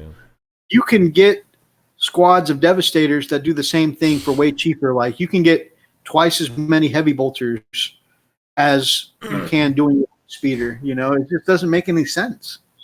Yeah, I'm sorry. Go ahead. Well, this cool stuff here. Well, no, or you can actually take like 2 or 3 land speeders and then find where there's some snipers up in the tower somewhere and just circle them. You know, just wait for them to come out. And, Okay. No, we won't drop any names. But man, I will never forget when he said that about wolves. Like, you guys are complaining about how Thunderwolves have been nerfed and how strong shooting is in this edition, but you just need to learn how to play your Space Wolves differently. For instance, if you have wolves, you can circle the building for a guy's Devastator squad or Sniper squad, and they got to come out of the building sometime. Or they could just lean out the window and shoot you. What are you talking about? Right. Okay, they'll come out when you're dead. Zane says Thunderbikes got nerfed. Which, especially with this new shock assault rule, Thunderwolves are amazing now. Now that they've got their own codex and this new rule is coming out, Thunderwolves are amazing now. this video we're just referencing just now came out like at the beginning of 8th edition. Yep. And we were all pissed off about how Thunder Bikes were just so nerfed. Yeah. Devastating charge! Oh my god! So check out this white scar specific rule. When the assault doctrine is active, now I'm really excited about this, but this is going to be way late in the game because I think you got to start off in Devastator doctrine, and then you got to switch to tactical doctrine, and then you can switch into assault doctrine. So it's going to be later in the game, at least turn 3, but still very cool. When the assault doctrine is active, when resolving an attack made by a melee weapon with a model with this ability, has performed a charge or heroic intervention, add 1 to the damage characteristic of that weapon for an attack. That's insane. Dude, hammers swinging for 4 damage, and with what assault doctrine is, and we'll talk about that here in a little bit, that means they're going to be AP -4, virtually no save, and 4 damage. Right. Even chainswords, you're going to get the 1 extra attack. It's going to have an AP -1, and it's going to be damage too. It's going to be crazy. Teeth of Terra is going to go from 2 damage to 3 damage. That's going to be a chainsword that hits like a thunderhammer now. Oh wow, that's amazing.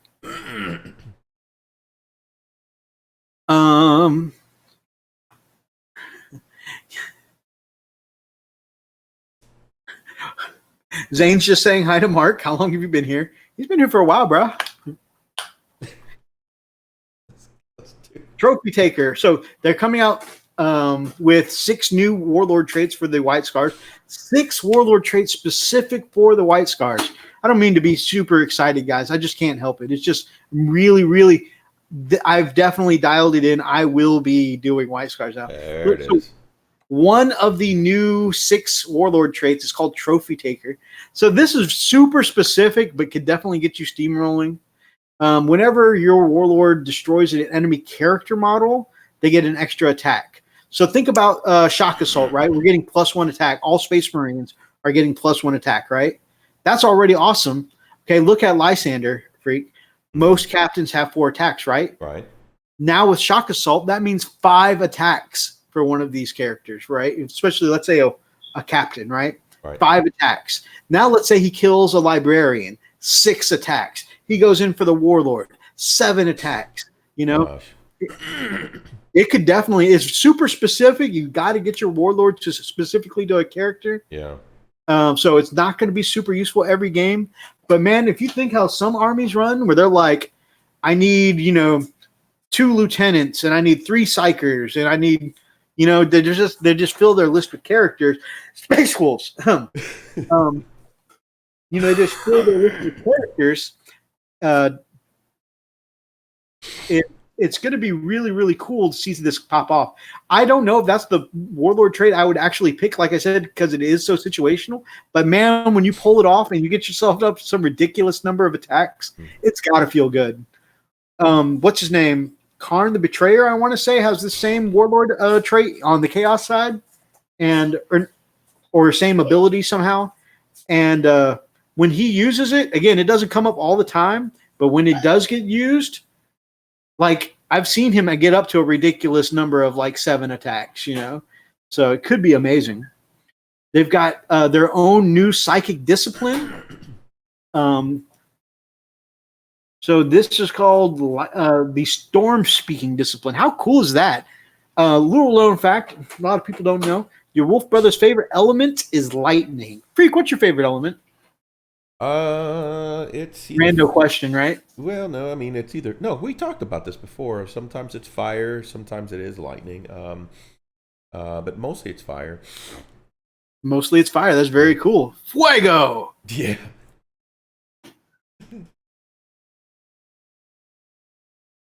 So we get our own little spell called Lightning Call. It's got a warp charge value of 7. If you manifest it, closest enemy unit within 18 inches automatically suffers D3 mortal wounds. Wow. Okay, so it's like a smite there, right? Yeah.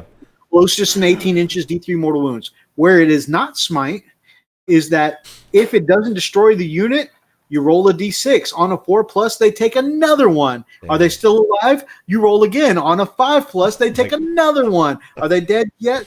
Okay, still roll another dice. On a 6, they take another one. You dead yet? You get what I'm saying? Like, it is awesome. It's like, you want some more? I said, stay down.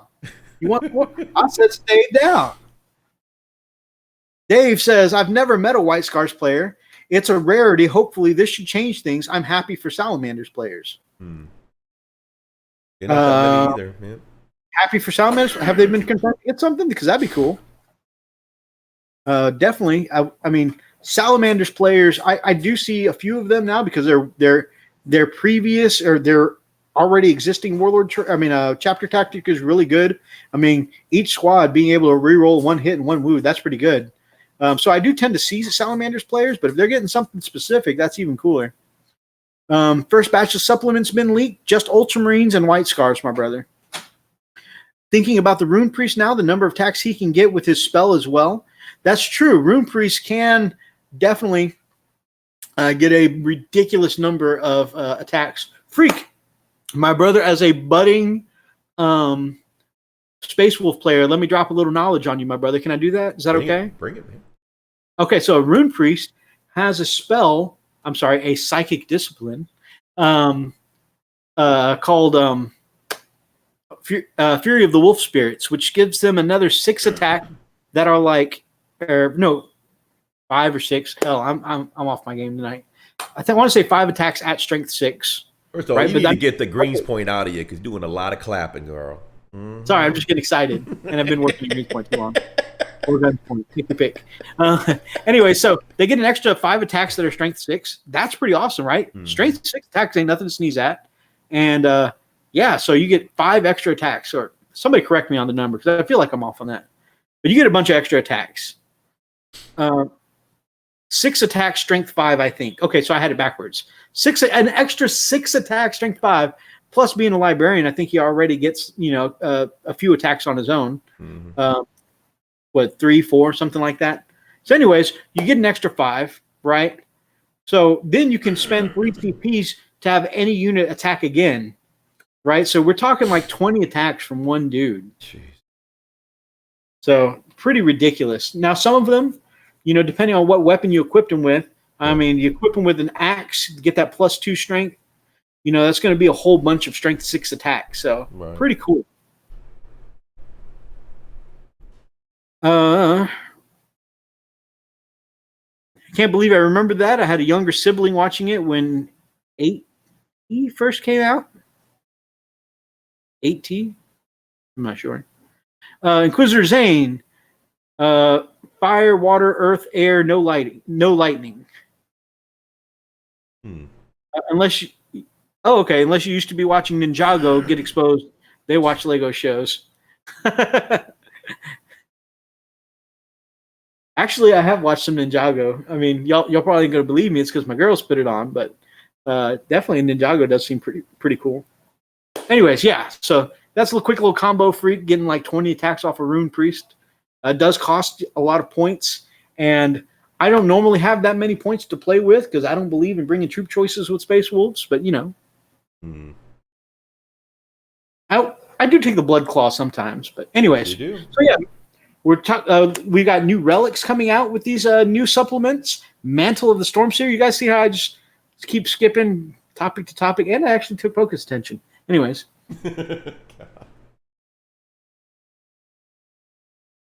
I think CSM Berserkers get the best out of the new +1 to attack.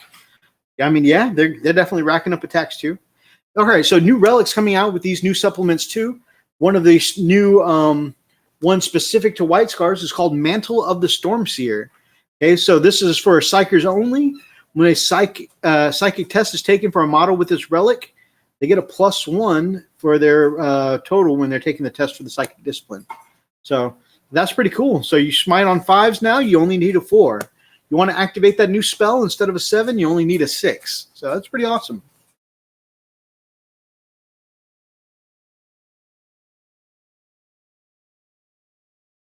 It also says here they're going to get some new stratagems. Everybody was wondering, are these supplements going to come with their own faction-specific supplements. And yeah, we're looking at this one right now called Born in the Saddle. So use a stratagem when a White Scars biker unit from your army advances. This unit can still shoot this turn. So 1 CP. I'm looking at how awesome turn 1 is going to be, guys. Turn 1, you zoom across the table. Bikes move 14. You advance. When you advance on a bike, you get a full advance, the full 6 instead of having to roll d6. That's a 20-inch move there. Then you can unload your 4 shots a piece per bike, and if they're carrying bolter rifle or bolt guns, that's 6 shots a piece per bike. And using their new chapter tactic, which we'll go into here in a little bit, they can still charge. So advanced, move 20 inches, boom, unload 6 shots per bike, and then still charge. Tie something up in combat or wipe something out. Don't matter. And of course, with the new shock assault rule, each of those bikes are getting an extra attack. I mean, guys, this is going to be badass. Really excited, guys. I'm sorry if I'm coming across a little too excited, but yeah. So that is just such a cool combo there. You can definitely tell. Someone want to bring Daddy some Valium? Just you can definitely tell that they are pushing this thematic biker army list. So I'm really. In the words of one of my favorite YouTubers, I'm super pumped for this. All right, so ready? Archer says, "I'm ready to see the preview for my Raven Guard." Yeah, heck yeah, man. Hey, are Psychers getting minis for any new psychic attacks? Well, I know the Ultramarines are getting a new Tigurius model. That's probably not what you want to hear. But that's the only one I've seen so far. Archer says, I want to have a decent relic besides the jump pack and the lightning claws. That jump pack is pretty awesome, though. It's pretty boss. Welp, you get a Primaris Grav jump pack and super special snowflake claws. That's different enough, right? Wow. No attacking each other in the chat, guys. No attacking each other.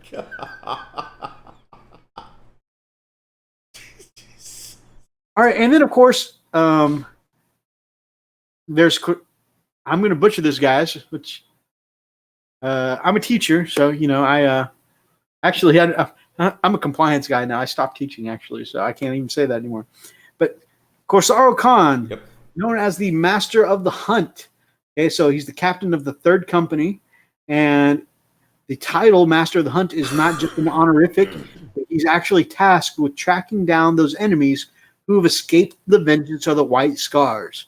Okay, so you got a tracker, a bounty hunter, an assassin, all in one. Over the years, he's brought back hundreds of such foes to Chagoris, and even become an even deadlier hunter. So he so demanded the opportunity to go through the Rubicon Primaris himself. Okay, so he's got a pretty basic Primaris stat line: 6-inch move, weapon skill 2+. Ballistic skill 2+, strength 4, toughness 4, wound 6, attacks 3. No, attacks 5. Oh, 5. I was about to say. Just me looking at the screen.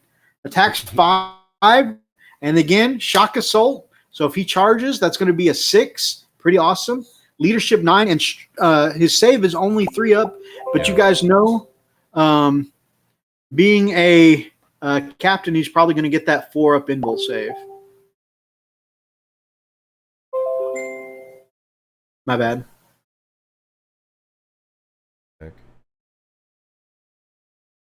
Oh man, dude! Talking about keeping the bills paid. We got a brand new patron. What? Brother Archer, who says, "Love you guys." Oh my god, guys, that is badass. Dude. Thank you so much, dude. Thank you so much, man. Something interesting about these stats, they're almost the exact same stats as Lysander. Oh, really? Yep. That's pretty awesome. Same movement, same weapons skill, ballistic skill, strength, toughness, and wounds total. The attacks are different because he only gets 4 attacks with the Fist of Dorn. Definitely. Which is pretty normal because Primaris usually have +1 attack. Right, exactly, and Corsaro definitely has that. But I think his leadership is. I think it's. Yeah, it is 9. Yeah, it's the same and saves 3 up. Well, it doesn't have the 2 up involved for the Storm Shield. Right. It's got the 3 up save. So most captains get a 4 up save because of the Iron Halo that they have. So I would imagine the Khan here will have a 4 up invul save as well. Mm-hmm. But check it out. We got some really cool stuff here. So he's got his that big ass sword you see the model has called the Moon Fang, which, I mean, how cool of a name is that? So the rules for Moon Fang have been tweaked.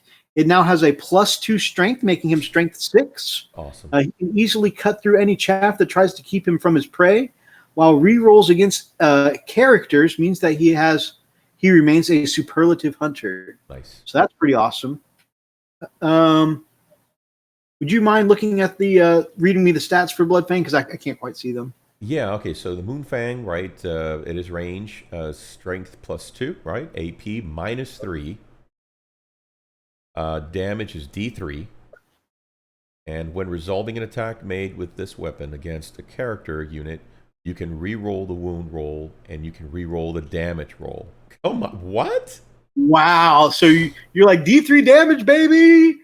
Oh, only 1 damage. Oh, wait, no, I'm going to re-roll that. Right. Boom, 3 damage. And then, oh, look, I wounded you. Oh, wait, I can re-roll that. Jeez. So you can do both. You can re-roll the to hit roll and to the wound roll. That's awesome. Wow. The evolution of Marines is just going to end with the army being biker dreadnoughts. Hey, I'm actually not against that. Running Bear says should have been on a bike. So sad he ain't. Now, and that's a good point. The original model was on a bike. I wonder if they're going to do like some of the other models where they have double profiles and give him a bike in the future. That because would be cool. One thing we all are looking for to come up in the future is Primaris bikes. Bane Blades have 3 times the guns. Moondraken, I think it's called.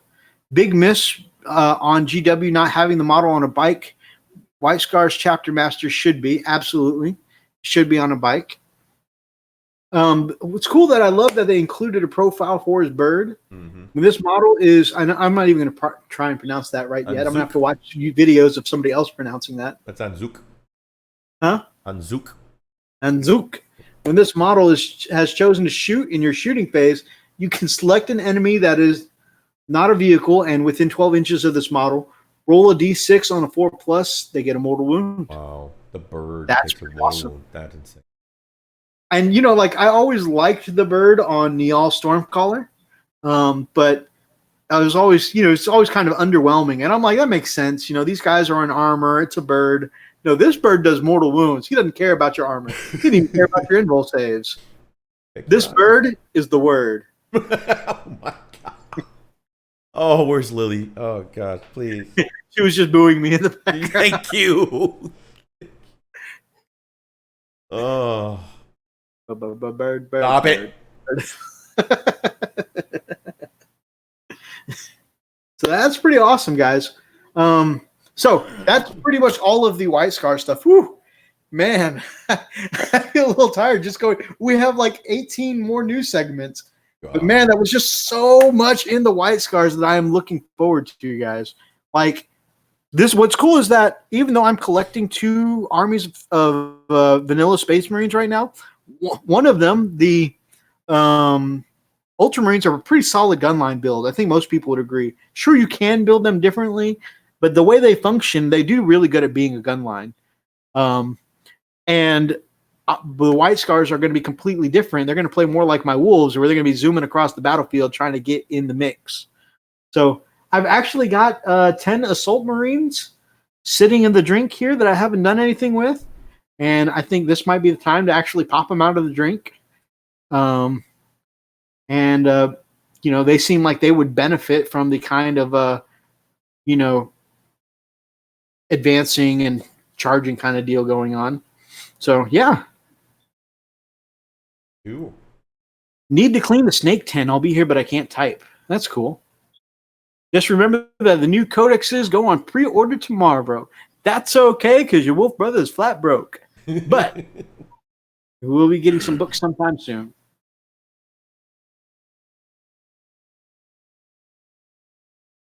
I also like the new Dark Angels 30K Praetor model. So nice. I like all the new 30K Dark Angels models. They look so cool. They just have that Knights in Shining Armor kind of look, except not shining because they're dark, but still, you know what I mean. All right, so the other Space Marines codex, the Scions of Gilliman. So, again, their trailer or commercial looked really good.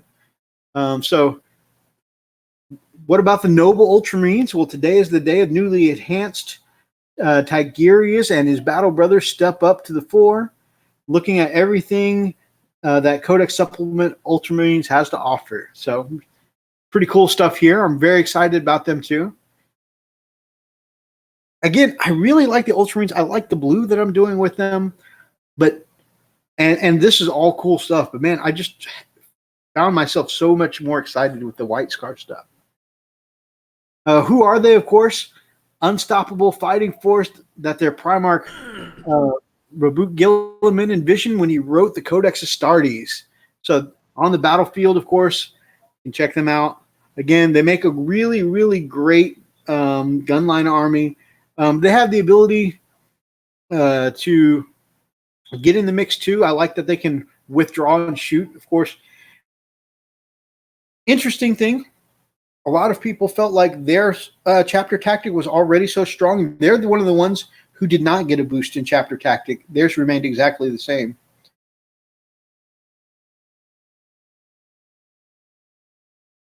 Zane says his snake is an inquisitorial snake who only bites heretics.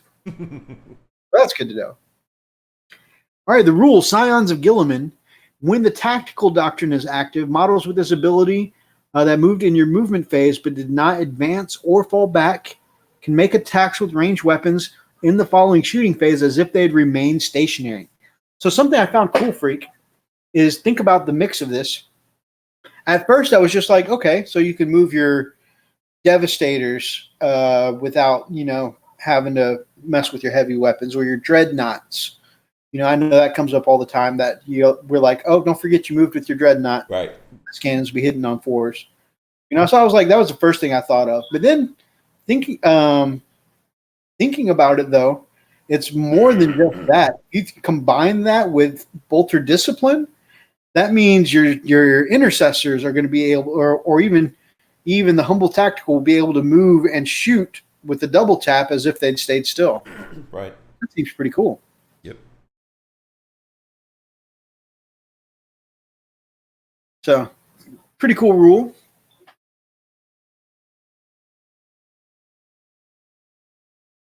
Moving further along.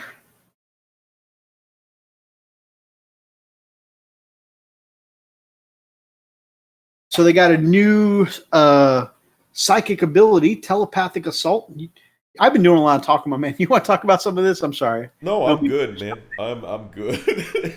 I'm perfectly fine. All right, so this is a warp charge value of 7 if they manifest it. This one is cool because you get to select an enemy unit within 24 inches that is visible to the target. So it has a bigger range, and you get to pick instead of it just being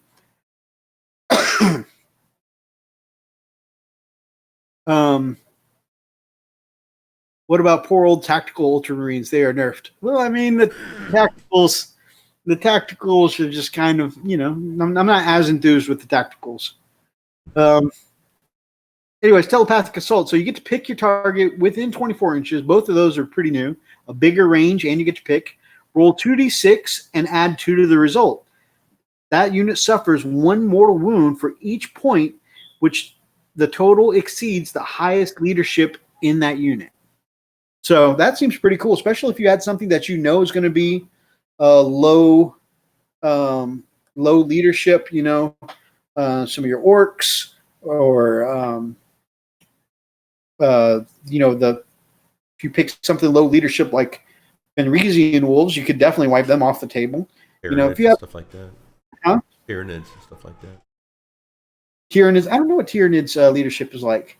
Not going to be as useful against something like Necrons with leadership 10. Right.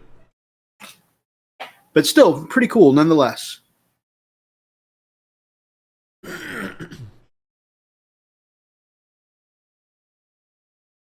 Next, I think we're looking at a relic, maybe? Something? Energy field projector built into the elaborately filigreed iron halo. Can therefore choose relic. Yeah, it is the relic of Macragge instead of one from the Codex. The Santic halo. Okay, cool. So basically, the captain model or chapter master model only. Model from your army with this relic has a 3-up invul save and can attempt to deny 1 psychic power in your opponent's psychic phase in the same manner as a psyker. That's pretty cool. So you basically give powers of a psyker to a unit. Yeah, same deny the witch kind of ability. Yeah. Cool, plus 3-up invul. So it's cool with stuff like that. Just like one of the older Space Marine relics, both of those confer the 3-up invul. So it's almost like, I mean, to me, one of the cool things you could do with that is make you a smash captain that doesn't actually have to carry the shield.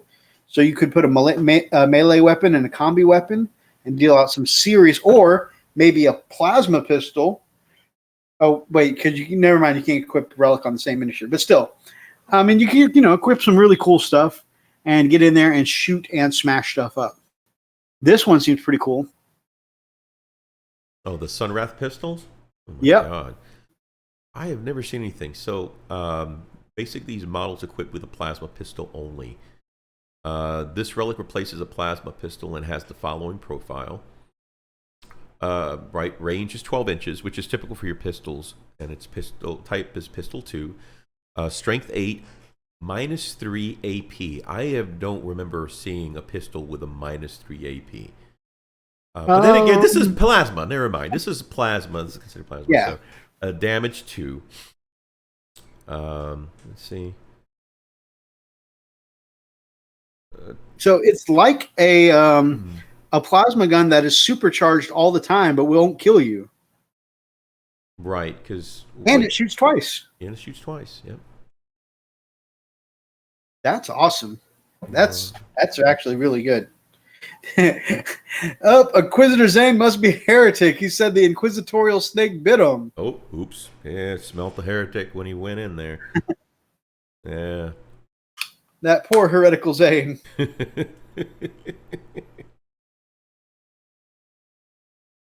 And then, of course, an ultramarine specific stratagem, tactical expertise. Use the stratagem at the start of your movement phase if the tactical doctrine is active until the next battle round when resolving an attack made with rapid fire or assault weapons by an ultramarine's model. An unmodified roll of 6. The armor penetration characteristic is improved by an additional 1 for the attack. You can only use this stratagem once per battle. So, Freak, this is something that we're probably going to go into in chapter tactics or something like that. But just to let you know what's going on, all of the Space Marine armies, including your fists, are getting tactical doctrines. Right. And there's Devastator Doctrine, and that then you can shift it later into Tactical Doctrine, and you can later shift that into Assault Doctrine. But what happens is you start out in one, and every turn, if you want to, you can move into the next one. And in Devastator Doctrine, all of your heavy weapons and grenade weapons are getting 1 extra AP. Tactical, all of your rapid fire and assault weapons getting 1 extra AP. Assault, all of your assault melee weapons and melee and pistol weapons are all getting an extra AP. So with this tactical expertise, this combo is going to be great. So tactical doctrine's already going to make your bolters anything with a rapid fire or assault weapon. So like your bolters, your plasma rifles, that kind of stuff. An extra AP. Okay.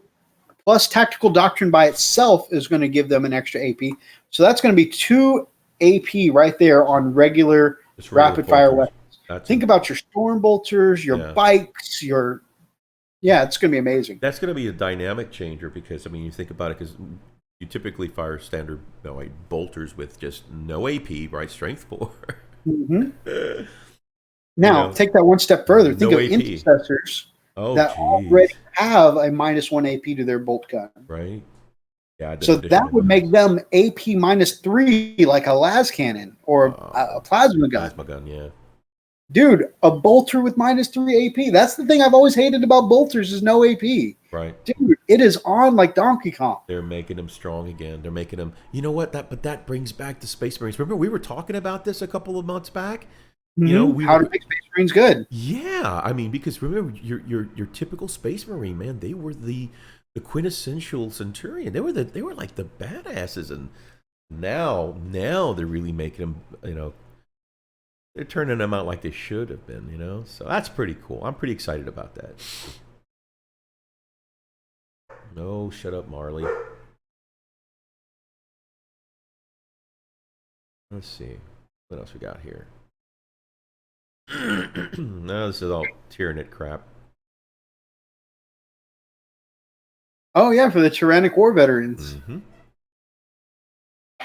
So I know Brother Steve is happy about that because the Tyrannic War veterans were Ultramarine members that they used to have units for back in the day, and that was some of his favorite. Mm. So now when resolving an attack made by a model that is against a Tyranid unit, you can re-roll the hit roll, and you can re-roll the wound roll. So these Tyrannic veterans are just going to be badass against Tyranids. That's crazy.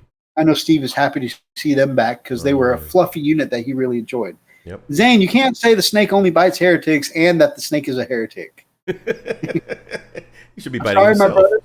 You're going to have to accept a little bit of heresy,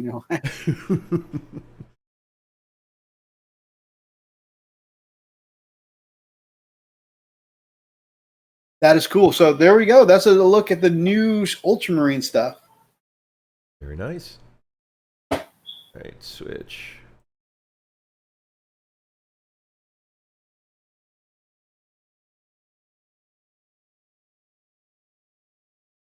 It's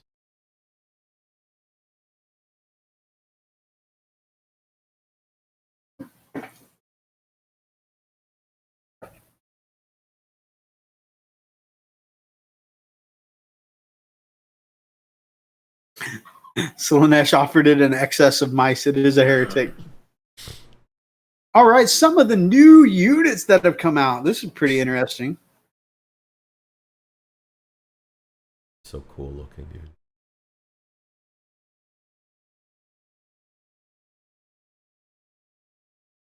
We got in Cursor Squad? Yeah, so out of the Shadow Spear set, there was a group called the Infiltrator Squad. And apparently in the multi-pose kit of that, when it comes out, instead of making them infiltrators, you'll be able to make them incursors. Be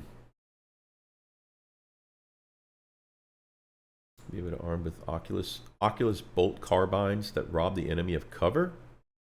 Really? Yeah, that's pretty awesome. Really? Incursors are equipped with awesome multi-spectrum arrays that prevent them from suffering any negative modifiers when using ranged weapons. You want a unit. James Meek says, I thought 8th edition was going to be better melee than shooting. Am I wrong? Oh, man. I think from the get-go, they always said it was that 8th edition was a shooting edition. But although with the addition of extra attacks now on the charge with Shock Assault, melee is getting very good.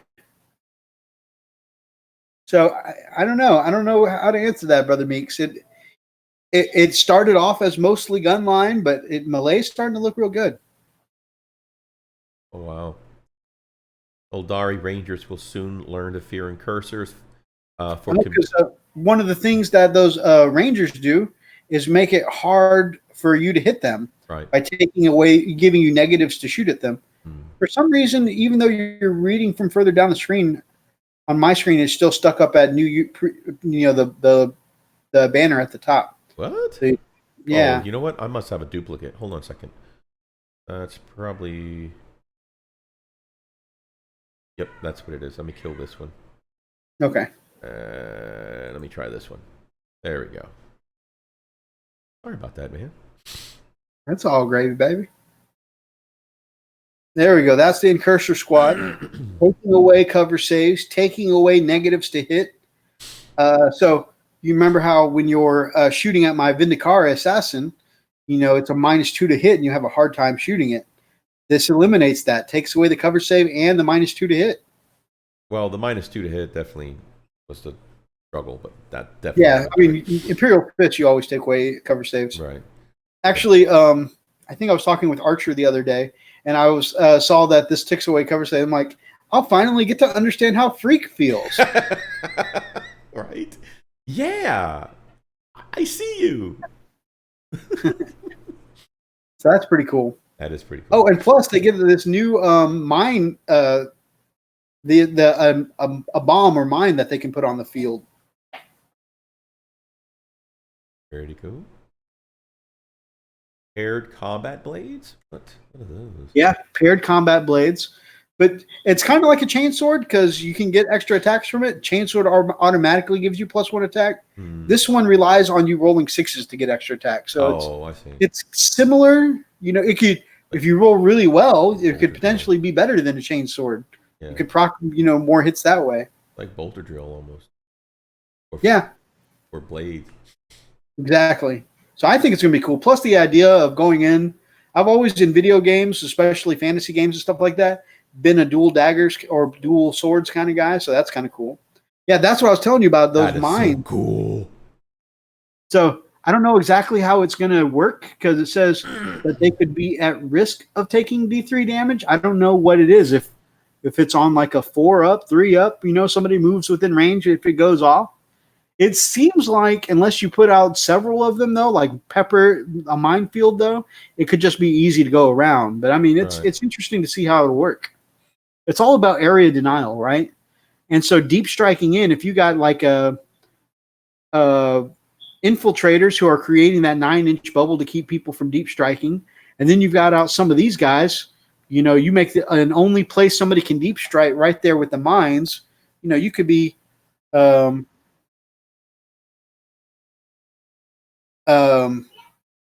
that is a really good question. But yeah, you could be forcing them to take some mortal wounds there because, the only place you're leaving them to deep strike is in those mines, With those paired combat blades, Running Bear says, I wonder if Space Wolves will get an extra attack on 5s or 6s since they get a +1 to hit. Ooh. That's right. I don't think the dual blade said an unmodified 6. So I think, on the charge, they'll get the extra hit on 5. Man. I'm wondering how they would set these. That would be interesting to see the rules on this. Like you'd have to set them without your. Yeah. Well, your opponent can't see where they are, but you have to have a mark somewhere. I mean, they might be able to see them, and it's just you're just forcing their hand, right? I guess a marker on the battlefield, and then they just have to. Your opponent has to consider that in their movement phase. Like, do I want to risk going over here, or should I come around? Especially if you got some good terrain on the table and there's already narrow hallways for them to go through, The Primaris transport. Okay, we all asked for something like this. Right. Finally, in a Primaris transport. Some people have complained about the hover tanks. I think they look cool. I know Rob from TMP says it would look better if they put some wheels on it, but I mean, to each their own, People got different opinions. I do like them. I do like how they look. But overall, I think it's a cool design. And, it's got some cool guns on there, but it's not like ridiculously overloaded with guns like the first one, where if you strap on 6 glass cannons like you want to, or at least like I want to, you strap on 6 glass cannons, you're not going to want to run that transport up and stick it in front of the enemy, right? Right. So it doesn't really work as well as a transport. But this, I mean, you got some DACA guns on there, possibly some missiles. Those look like heavy bolters, huh? Huh? Are those heavy bolters, Sponsons? No, I think it'll list the weapons down there. I'm curious now. That one looks like a heavy stubber up to the left. The top, yeah. Oh, to the left, yeah. Heavy stubber to the left, and then of course, what is it? What is that? An assault? Well, let's look at it. Let's see what it is. So assault vehicle, they brought back this rule. It's what Land Raiders used to have back in the day, and but they've changed it up. So assault vehicle, one of the big things that a lot of people lament is that getting in and out of your transport happens at the beginning of the movement phase now. So you can't move and unload your guys unless you got this thing. The assault vehicle rule will allow it to move and then disembark your guys. So that'll be cool, especially I'm not sure if aggressors being as big as they are, if they'll make them take up 2 slots. If they will, these guys won't fit in. But if they don't, I mean, imagine putting your aggressors in this vehicle, and it's up to 5 models. Imagine sending 5 aggressors or 4 and a captain for rerolls. Jeez. Move them up the field first turn, disembark. Now your aggressors are in range. Boom. You've just unleashed, even if it's just 3 aggressors, you've just unleashed 18 plus 3d6 shots into the face of your enemy. You just melt something, especially troop choice.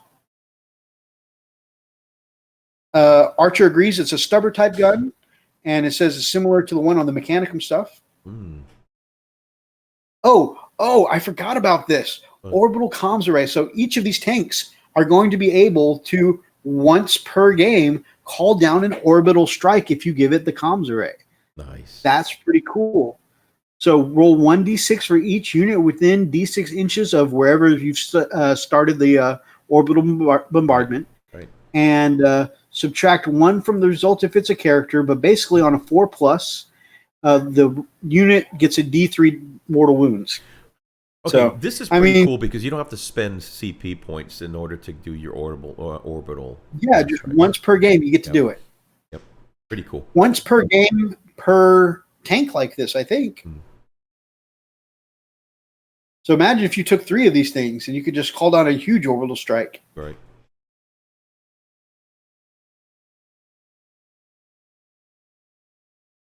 The Invictor Tactical War Suit. Shut up and take my money. Okay. Exactly. It looks amazing to me. Yeah. So I love that they were finally like, why do we only put like mostly dead guys in these things? Let's like get somebody in one of these. Right. Okay, so those that in there can be either this really cool heavy flamer or my favorite out of the 2 options, an autocannon, which, as you know, is going to be strength 7 and 2 damage apiece. So it's killing Primaris in 1 hit. It can rack up damage pretty quickly. But what's cool about this is it's supposed to be less bulky than other dreadnoughts. I mean, it looks pretty big to me, but I'm not going to argue because it's awesome. But it's removed the things about a dreadnought that makes a lot of noise and lets it set up with a scout move at the beginning of the game. That's insane, dude. Dude, a scout move dreadnought, a dreadnought hiding in the bushes. That's insane. How cool is that? And yeah, I can see, especially with the roll cage bar, a lot of people making the reference to aliens, and it is amusing. One of the things that really amuses me, though, is the number of memes that I've seen with the cowboy hat, and the number, especially, and I don't mean to generalize, of our British friends talking about the pistol being on the hip. Yep. And being like, man, I can live out my cowboy fantasies and stuff like that. And, okay, this one's not a baby carrier. He's not strapped in like a Grey Knight with his legs dangling. This is a proper sitting in a mobile suit kind of thing. The Grey Knights is the baby carrier. Right. Anyways, so what I was saying is that, so a lot of our British friends joke about it, the pistol being on the hip and how that makes it cowboy-like. And that just blows my mind because, Freak and I are both gun guys, right? We like to go to the range. We like to shoot off our pistols, get in a little practice. Our law enforcement over here all carries their pistol on their hip. Yep. Freak and I, we carry our pistols on our hip. Yep. Our soldiers carry their pistol on the hip. I don't know why. And again, maybe it's just a difference in culture. Why for our friends across the pond, it's specifically a cowboy thing to carry your pistol on the hip. I'm like, where do you carry your pistol? Like, where do your police carry their pistols? Where do your soldiers carry your pistols? The crack of my butt.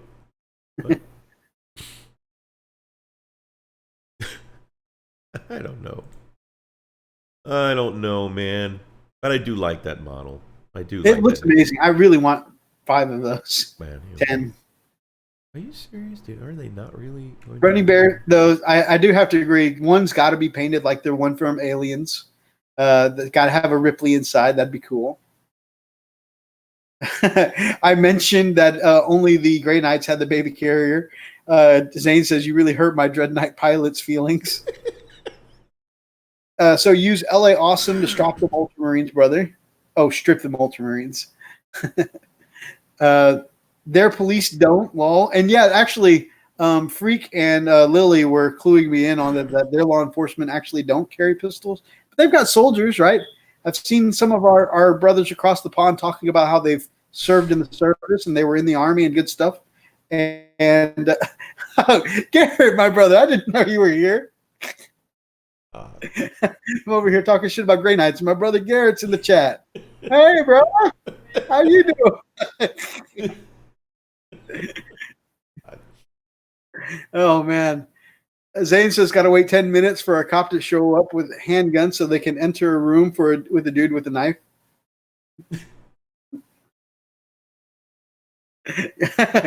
Garrett says, oh, so that makes it better. You're right. So, checking out these awesome guns on this Dreadnought, or not Dreadnought, this war suit. So you got the flamer, and of course, most heavy flamers are 9 inches. This is 12-inch flamer with the 2d6 auto hits. 2d6 at 12 inches. So what's cool, what I find amazing about this, Freak, you've used scout moves before. Yep. Scout moves put you within 9 of an enemy, right? Correct. But since you have to be outside of that 9, you normally can't use a flamer at that range. This flamer moves 12, so you can get your deep strike in or your scout in, and you can still hit them with 2d6 auto hits. Yep. So, absolutely. Zane says you aren't scared to talk trash about Grey Knights in front of an Inquisitor, but when a man named Garrett shows up, then you're concerned. I will chop you up and feed you to the inquisitorial horn snake. He only bites heretics, my brother, and he bit you already. Yeah, I think you need to rethink that. That's a different tactic there, buddy. I love that they pistolize this heavy bolter, so it's got a special rule called heavy sidearm. So pistol rule, you can normally shoot your pistols within 1 inch of an enemy, right? Well, you can actually pull this heavy bolter out and use it like a pistol, while you're tied up in combat within 1 inch of somebody. That's pretty cool. I don't know, my brother. I was pretty sure the original rule says he only bites heretics. That's what I remember. Do we need to go back and look at the tape? Infiltrator Squad. Of course, this did come out in the Shadow Spear box, but they're getting a multi-pose kit out. And there's going to be some cool new features in the multi-pose kit.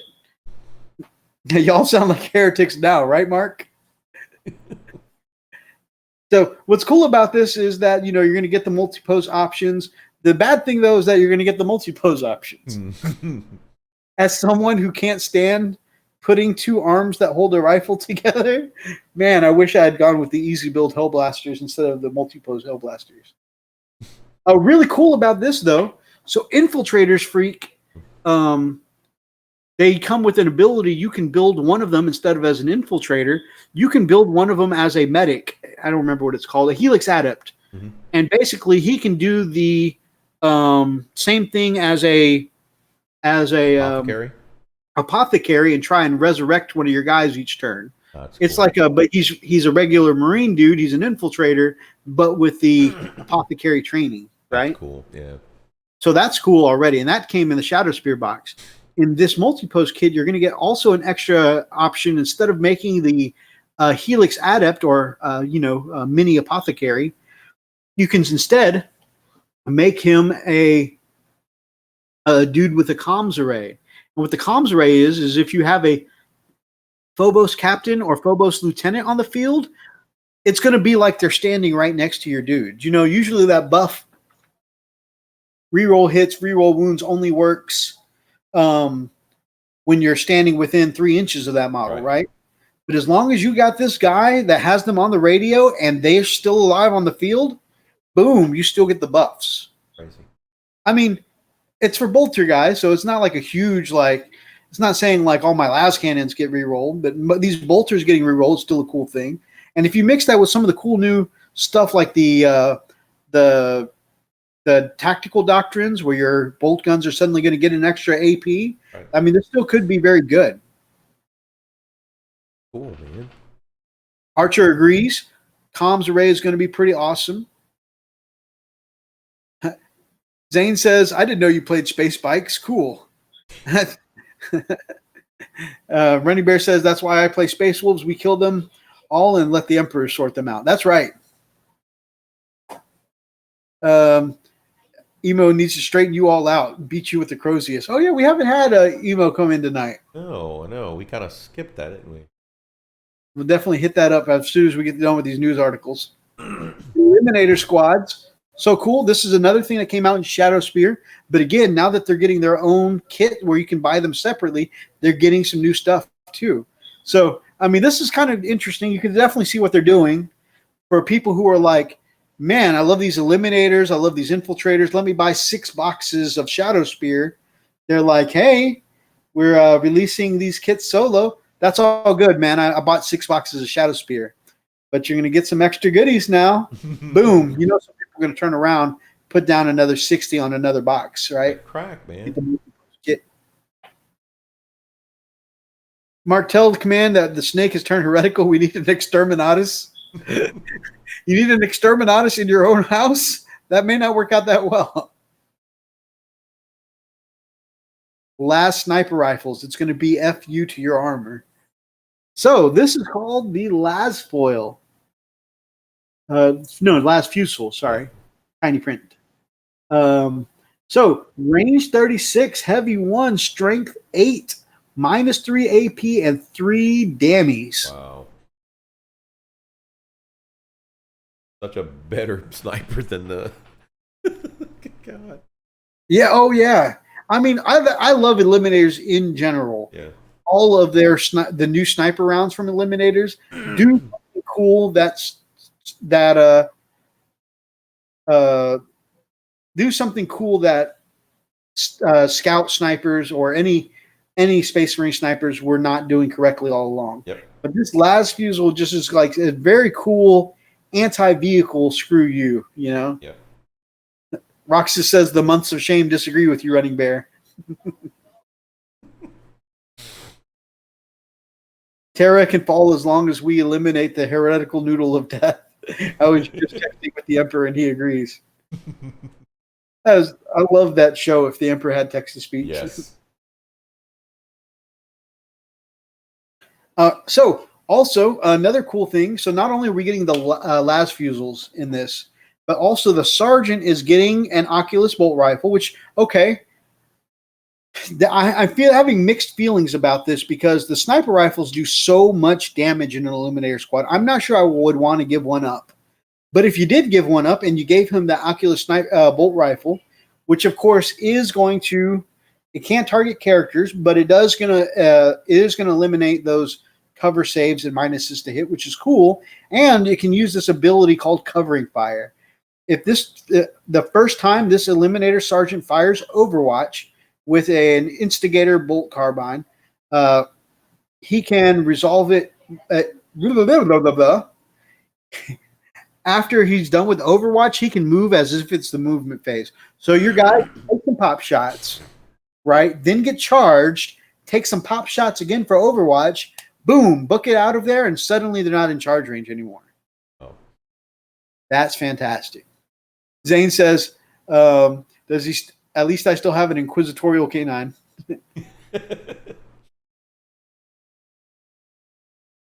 Non-codex chapters. So with all this exciting news, specifically Blood Angels, Space Wolves, and Dark Angels will be able to get these awesome additions. So that'll be cool. I am super pumped for this. Plus Shock Assault, all Space Marines are getting an extra attack on the charge. That means your Lysander is going to go up to 5 attacks, dude. Nice. This is the combat doctrines I was telling you about. Right. The Angels of Death rule. So this is something. It's really going to increase the firepower of your Vanilla. your Imperial Fists. Just give us a codex and be done with it. Huh? They ought to just give us a codex and be done with it. I'm sure they will. I'm sure they're going to be one of the chapters that come in those supplements because they showed 5 or 6 more. So yeah. I'm pretty sure y'all are going to get some of the codex supplements. So combat doctrines, take a look at them. Like I said, and we can just rush through this kind of quickly, but basically you start in one and then you have to shift in the other. You can't, unfortunately, my white scars are not going to be able to start in assault, but you got your devastators, heavy weapons and grenades, -1 AP, tactical doctrine, rapid fire and assault weapons, -1 AP, and then assault doctrine, melee and pistol, -1 AP. So, I mean, it's pretty cool, and it's supposed to describe how Space Marines are designed to progress through battle, especially like when you read the books and stuff like that. They usually bombard stuff first, bombard positions with heavy weapons and stuff like that first, and then they'll use like their rifle fire, bolter fire, plasma fire, and stuff like that to move in and advance close to the enemy, and then they usually run in and finish them off with their combat blades and chain swords. So Archer agrees; he's pretty sure it's going to be all the first founding chapters. So you're pretty sure your fists are golden, man. Cool. And at the rate that they're going, since the Crimson Fists just got their own chapter tactics, it looks like they'll probably be getting one too. So that means there's going to be 3 flavors of Imperial Fists that all have codex supplements: Imperial Fist regular, your Crimson Fists, and your Black Templars. All right.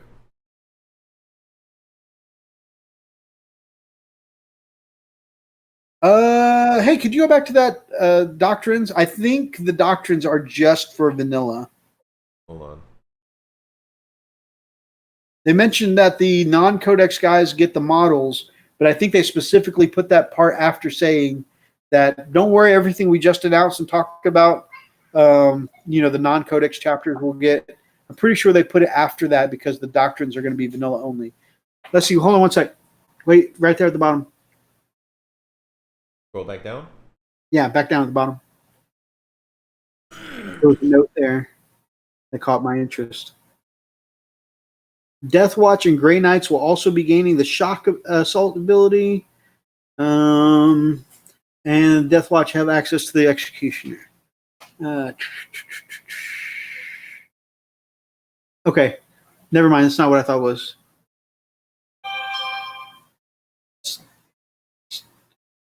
So back up to the beginning of there we go. Combat doctrines.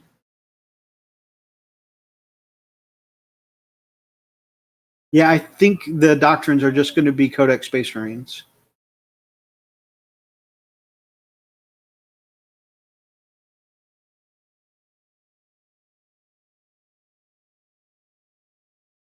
Looks like vanilla only, my friend. The world is heresy. Mark, can you confirm? Archer says, we are all pawns of the Chaos Gods. They got to you. They got to you. It's this world. It's heretical. This is not Caliban. All right, creating your own Space Marines. So, if you ever wanted to be your own chapter master, creating a strike force of Adeptus Astartes, your own image, and then the colors of your choosing, which I kind of done with my Silver Moon Wolves. Yep, pretty much did. Yep. We'll preview the amazing new edition of Codex Space Marines, and we're looking at successor tactics.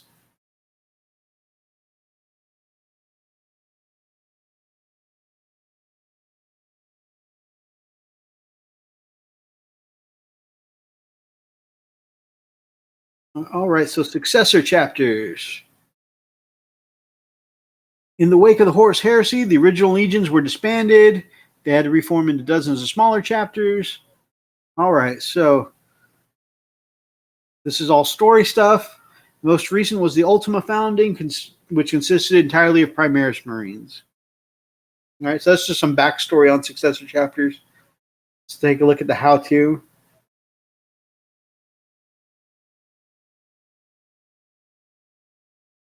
choosing your chapter. So this is where you get to shape the future of the 41st millennium. So to do so, you need to choose a name, chapter icon, and color scheme. Unless you'd prefer the knowledge of genetic heritage to remain an unknown, a fate shared by the Blood Ravens. Shout out to Wolf Wraith earlier. You should also choose a first founding chapter to be your parent chapter. Another fun part of the chapter is creating your own history. What planet is its home? In which segmentum is it located? Is it situated beyond these places that they listed that are hard to pronounce? Is it who's their chapter master? What relics does he wield? Where are they from? So yeah, just kind of basically putting together the story of your chapter.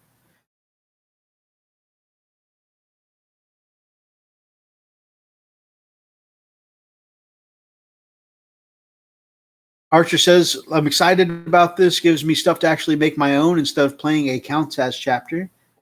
Right? Much like myself, Archer also does things like paint things up in custom colors and stuff like that. Lots of custom conversions. That's not all. In the new codex, you'll decide how they fight in battle too, creating your own custom chapter tactics for your newly founded successor chapter. You can do this by picking any combination of 2 successor tactics from page 19 listed in Codex Space Marines. 2 successor chapters. I was about to say 2 chapter tactics. Wow. 2 successor tactics, so they'll probably break them down. There's a huge variety of outcomes available, so that's pretty cool to see. They get a rule called Inheritors of the Primarch. If you select this successor tactic, you cannot select a second one. Select one of the chapters and use the chapter tactic as that chapter listed. I mean, that's what people were doing to make their own custom chapters before, is just say, this is my counts as Ultramarines or counts as Raven Guard. So that's the basic way it used to be done, but apparently there are 18 other chapter tactics that you can mix and match. So that's pretty cool. Another one called Master Artisans.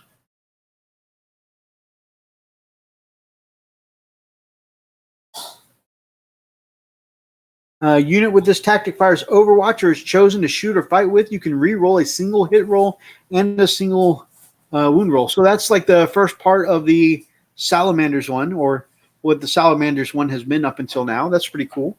So being able to pick that Salamanders one and something else, that's pretty good. Stealthy, when resolving an attack made with a ranged weapon against a unit with this tactic more than 12 inches away, it's treated as automatically being in cover. So that's cool. All good stuff, my man. Although that no, I'll talk about that when we get to the other thing. Bolter Fusillades. When rolling with an attack by a bolt weapon made with this tactic, re-roll hit rolls of 1. That's pretty cool. Like a built-in re-roll. Yep. Long-range marksman. Add 3 to the range characteristics of ranged weapons. That's a pretty cool one.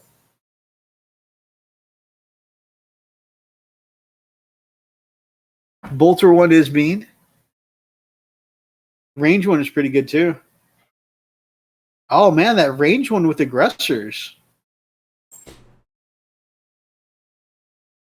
21-inch aggressors. That'd be cool. Preferred enemy. Select it. You select this. Select one of the following faction keywords.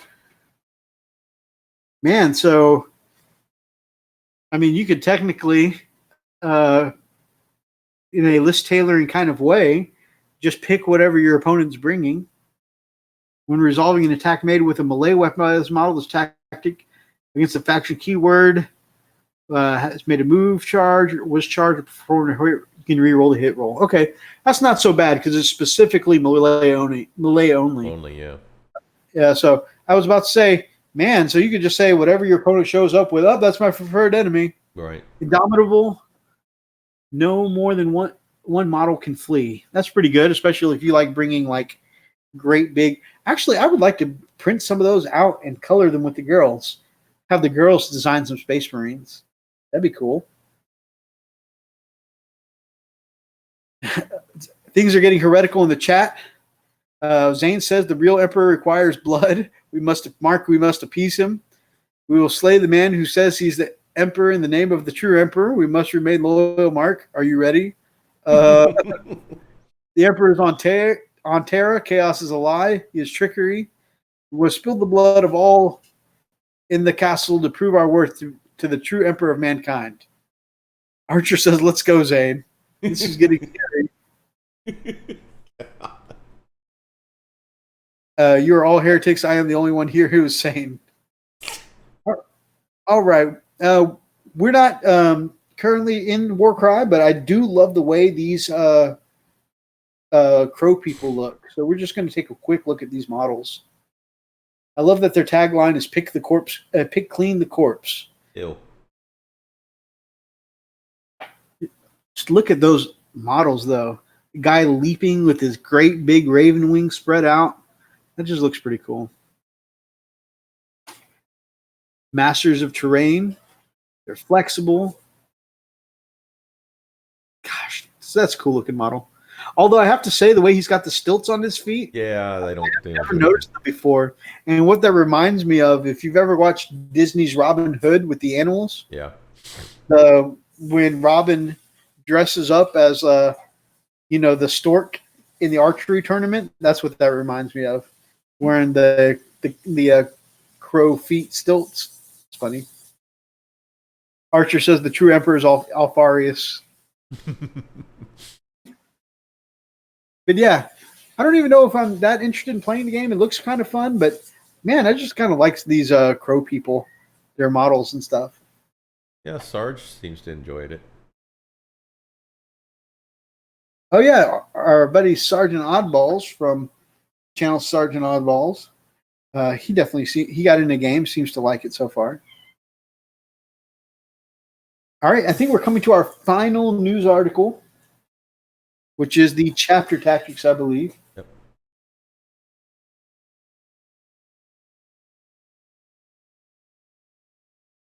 All right, enhanced chapter tactics. Everybody got buffs except the Ultramarines from the founding chapters. And like I said, I always felt like the Ultramarines one was strong anyways. I never really felt like it needed a buff.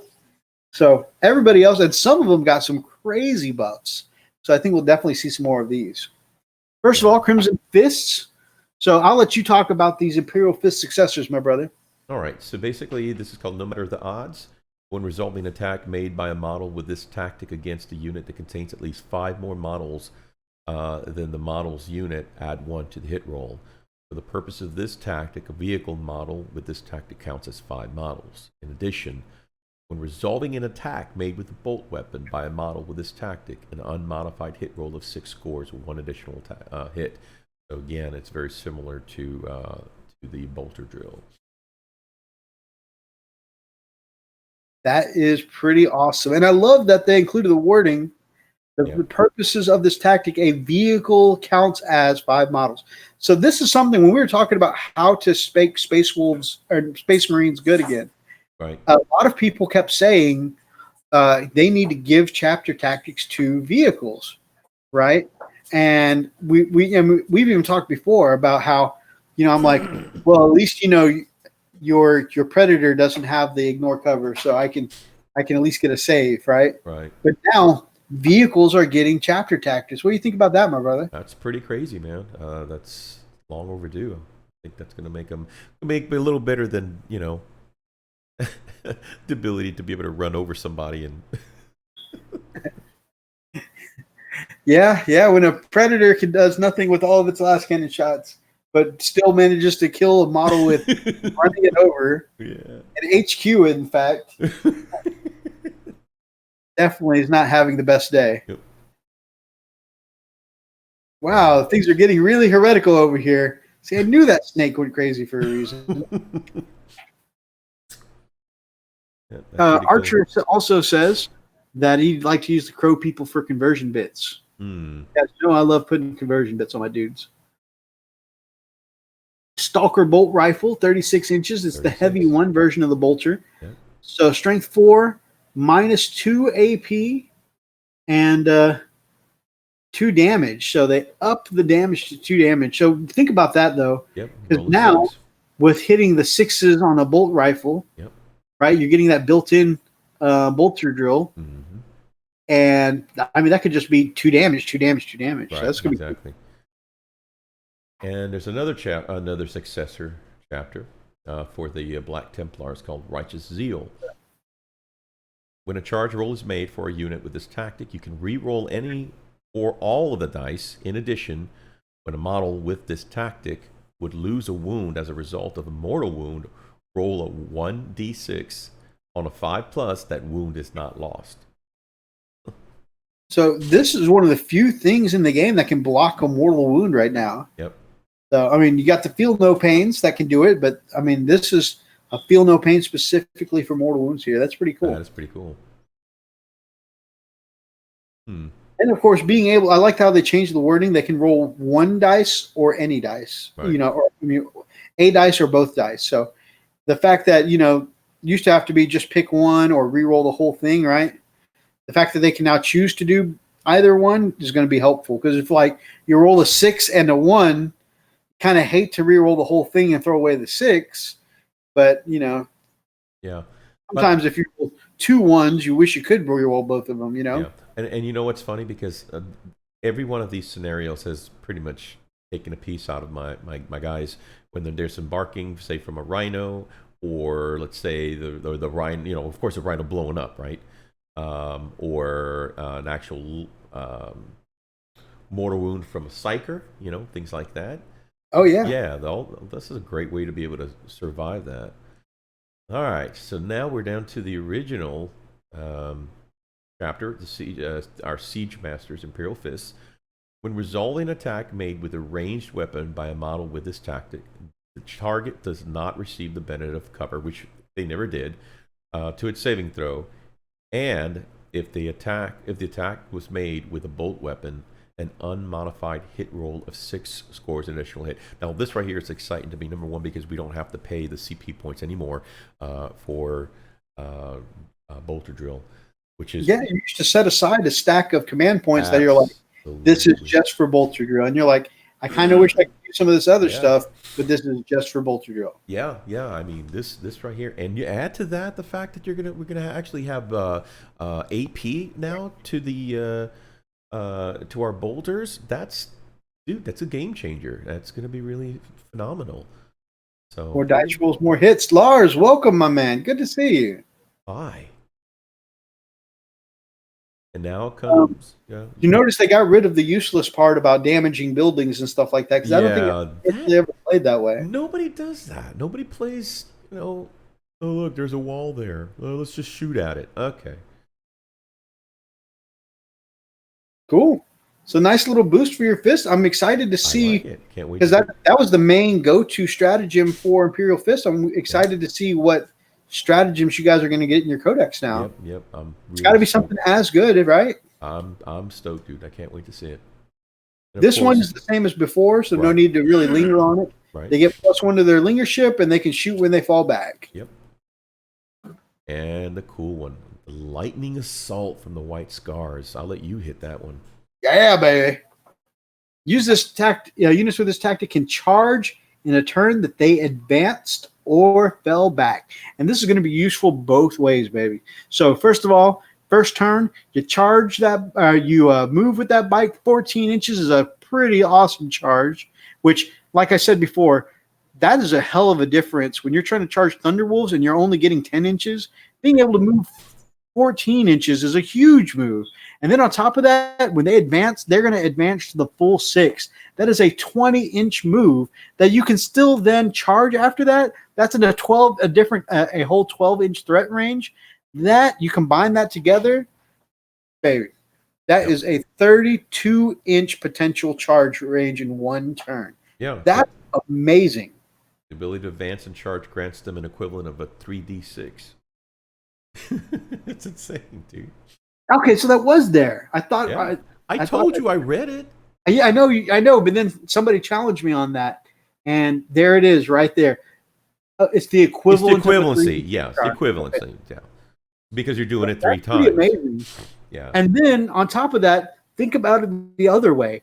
What's the best way to really to shut down a melee unit other than blasting them off the table? The other thing to do with them is tie them up with chaff units, right? Well, if you can dash out, especially if you live through, say, a horrifying or even an equivalent charge, you met combat with some berserkers or orcs or something like that, you killed each other for a little bit, it's your turn. You want to make sure that you're going to swing first in the next attack phase. Boom, back out and charge again, or back out and charge a different unit. You're going to make sure you swing first. And if you're tied up in somebody you don't want to be tied up in combat with, maybe that other target will be more effective when you charge in. So either way, I mean, it's just all benefits here. Just so much goodness here. So definitely. And you know what? I may not be you because like with my Space Wolves, I have an expansive Space Wolf force. I've got tanks everywhere. I got some flyers. I got Terminators. And really, of course, I got a whole bunch of stuff, but I just rely. I've got dreads, but most of the time I just rely on Wolfen and Cavalry. Nice. Right? But I don't plan on getting all the extra bells and whistles with the White Scars. I'm really thinking about making this pretty much a bike force with maybe some other White Scarry, speedy things like some jump pack units and stuff like that. Anyways, I'm way off topic now. Then the final one is it the final? No, we're still not. So we got Raven Guard, Shadow Masters. Resolving an attack made with a ranged weapon against a unit with this tactic by a model that is more than 12 inches away. That unit is treated as having the benefit of cover to its saving throw. And if that unit is not a vehicle and it's entirely on or within a terrain feature, subtract 1 from the hit roll. So basically they get cover. So most of the chapter tactics, I felt like they really, really buffed. This is the first one where they got actually a little bit of a nerf. So what it used to be is if they were more than 12 inches away, boom, automatically a -1 to hit. Yeah. But what's been happening is that too many armies were stacking up different -1s to hit. Right. For instance, being a flyer and being a Raven Guard, boom, that's already -2. You're on most cases hitting on 5s now, right? Yep. Which makes them very hard to hit. So, and then of course you can do shenanigans with Eldar. So I'm thinking Eldar are probably going to get the same nerf. You can give them an up to -3 to hit. That means your average Space Marine hitting on 3s is now hitting on 6s. And that doesn't feel fun, right? And so I think that's why they're going in that direction of nerfing armies that were based around -1 to hit. You can still get it with Raven Guard, but you got to be more than 12 inches away and fully in terrain now and not a vehicle, right? So, it's definitely a little harder to lock in that -1. So it's a very slight nerf as long as you're holding to cover. But, you can't just sit out in the open now thinking that nobody's going to shoot you. Little love for the Salamanders. I know Clayton's.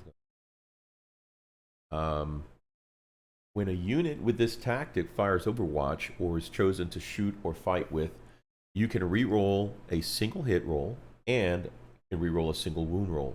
When resolving an attack made with a weapon that has an armor penetration characteristic of -1 against a unit with this tactic, then that weapon is treated as having an armor penetration characteristic of 0. So you don't lose that. Yeah. Right. Who took my dice? Good to see you, my brother. Hey, Steve. So that right there already, that first part, re-rolling each unit 1 hit and 1 wound, that's strong. Yep. That's really strong. And that's no wonder why you see a lot of Salamanders these days. But also now being able to shrug off 1 AP from -1 weapons, that's not huge. That's not a huge buff, but that's a cool little thematic, like I shrug off damage kind of thing. So I'm cool with that.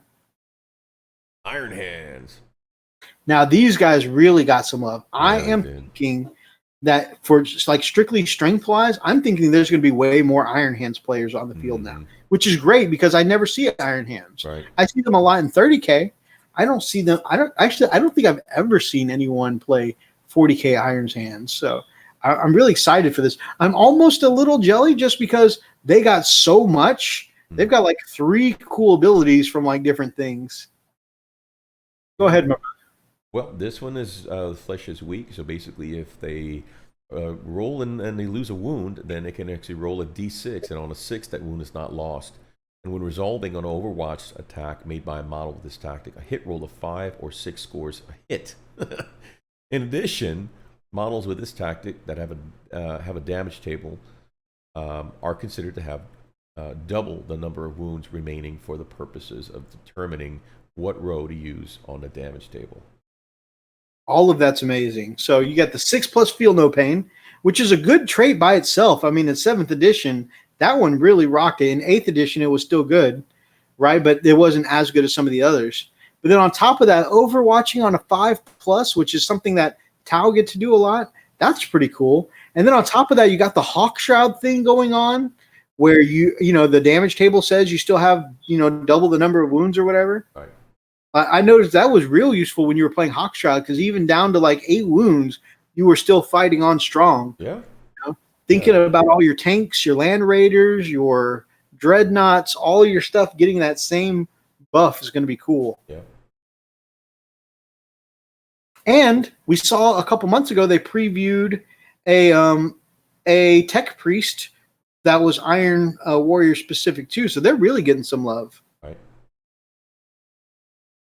Pretty insane, man. Oh, Lars also plays the Grey Knights, and he's wondering what the Grey Knights are going to get. It might be a little while, my brother. They're probably going to focus on all these founding chapters first for the Vanilla Marines, but Grey Knights were pretty early codex too, so they may not be that far behind. Wild, man. Maybe they might get shafted again.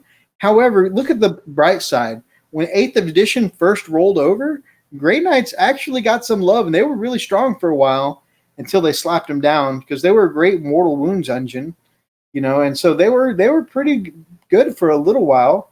And then they were like, Grey Knights are never allowed to be good. So then they not only nerfed them into the ground, but they put them far enough into the ground that they could start kicking dirt over it and effectively, bury them in their own nerf. Nobody wanted to play them anymore, man. They're so expensive. Like, I actually looked into playing Grey Knights for a little while, and it's so expensive that, like, I don't remember what I was watching, but it felt, I think it was a 1,200 point battle report or something like that. And the dude literally had like 3 squads. Oh my God. 3 squads and a couple of HQs. And I was like, why? Like that, I understand that because a lot of their people are Terminator equivalent, they're an expensive army, but that's too much. Like, every dude they kill is just going to be stripping away a huge part of the effectiveness of that army, Right. Custodes are the new Grey Knights. In function and form, actually, kind of, yeah. Except their toys are a little cooler.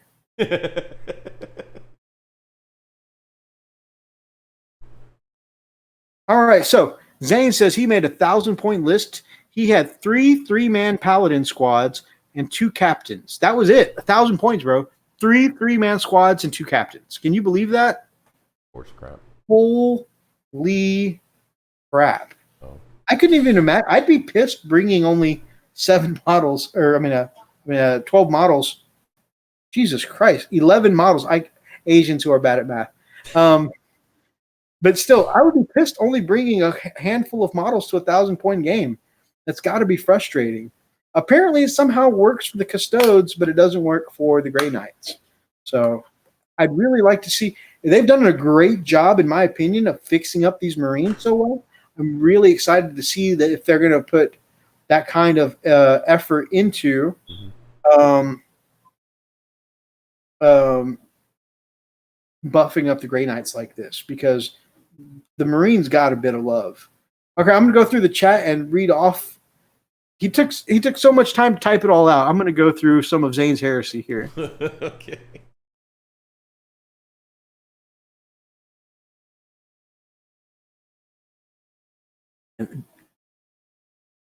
All right, so Running Bear said, after we talked about how Zane was to the point where he was going to kill everyone in the castle and spill blood for the true emperor, which was a little cray-cray. Yes, Mark, you are forever loyal, and I will gift you with riches for each heretic you slay. Make them suffer. Running Bear says, okay, just send the emperor's lackeys to tell the space wolves what to do. Don't think you will like the results. Inquisitor Zane says, I know all the Emperor is going to make me all powerful. I just need to prove my worth. That doesn't sound like chaos.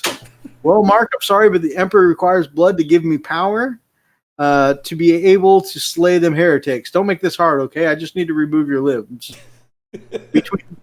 Between that and the hair I stole from Elsa Nation last night, Oh, jeez. no heretic will be able to stop me. Oh, my God. He says, hello, Lars. I will give you riches if you can help me in my quest. You will you join me? Talking about the doctrines, Running Bear says if they're using the doctrines to make Space Wolves more competitive, Space Marines more competitive, I can't see why Blood Angels, Dark Angels, and Space Wolves should get them. Yeah, I don't think they will either. I'm pretty sure it's vanilla only. Lars said, what quest? Only 1/4 of his beard hair. Actually, maybe he did. I'm pretty sure that when I saw the live chat Thursday, Elsa Nation, I think, was pretty trimmed up. Really? Maybe he did get to I it. mean, not like smooth, but I think he trimmed it up a little bit. Maybe Zane got to him. He says, don't worry, his hair grows back in 1.5 nanoseconds. Kill the false emperor. Earlier today, the emperor spoke to me, telling me the emperor here on Terra was actually a chaos trick, and if I spilled the blood of all in the castle, I would be unkillable. Then I will purge all the heretics, which the emperor will designate during my dreams. We need some Chaplain EMO to bring the audience back to the Imperial field. We definitely do. I could use some motivation. I can too. You didn't hear that? He didn't shower off his heresy. Oh, because our Lars said smells like heresy, and he's like, Lars is heretic, guys. Did you hear that? He didn't shower off his heresy. The only reason he can smell heresy is his own worship of Nurgle. Wow. Who Took My Dice says these new books are going to be so bloody powerful. Anyone not playing Space Marines are going to be miffed.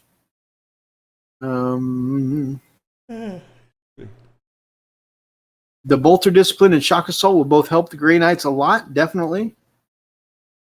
Talking about Grey Knights, Archer says, yeah, they were good for like 5 minutes, only due to them being one of the first codexes. Exactly. And I'm hoping, because these codexes are so powerful, I'm hoping it's not going to be a second round of codexes for everybody that's going to leave Space Marines as powerful as they look now back in the stink hole again, you know? We'll see. It's like, and then if we get the Oprah of powerful codexes and then Space Marines are back on bottom again, I'm going to be a little upset. Let's see. Calidus tanks are going to get a nerf. They're too powerful right now. Lars says, I actually need to build all my infantry. Man, if you I've seen your Grey Knights work so far. It looks great. If you can make them work, let me know, because they look interesting. We've been all orcs for a while, right? Because their new codex was nice and strong. And I know you're waiting on your sister stuff to get updated with the new codex. I think Running Bear says, I think they'll add doctrines to all the Space Marine chapters, including Blood Angels, Dark Angels, Death Watch, Grey Knights, and Space Wolves. All Space Marines to be able to compete, so to allow all of us to be able to compete. Maybe. And Zane says, if any of you get purged, you will get to be purged. You all get purged. Okay. Some women locally won a tournament with just Grey Knights and a Castellan. I mean, that's been the way to win tournaments lately, is to literally stick any flavor of Space Marine with a Castellan. So that has been a very popular, very winning way. I'm glad it got. I'm honestly really glad the Castellan got nerfed, even though never played it, never had the ability. I would like a Castellan one day, just because I think all the knights look badass. But even though I haven't played it yet, I'm really glad it got nerfed. All right, brother, time for some of our big stuff. Like, we need to bring this back to the Imperial truth. So maybe we should get some words of wisdom from Chaplain EMO. I'm actually really excited to see what Chaplain EMO has to say. In fact, I'm not going to lie to you.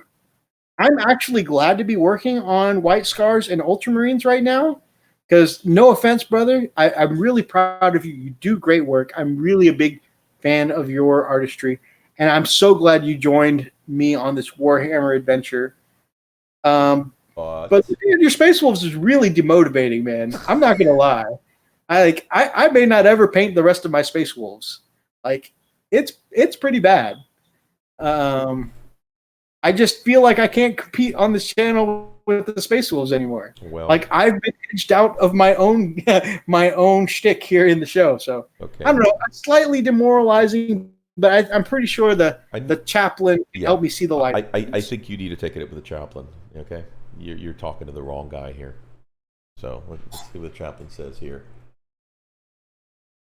Where are you, chaplain?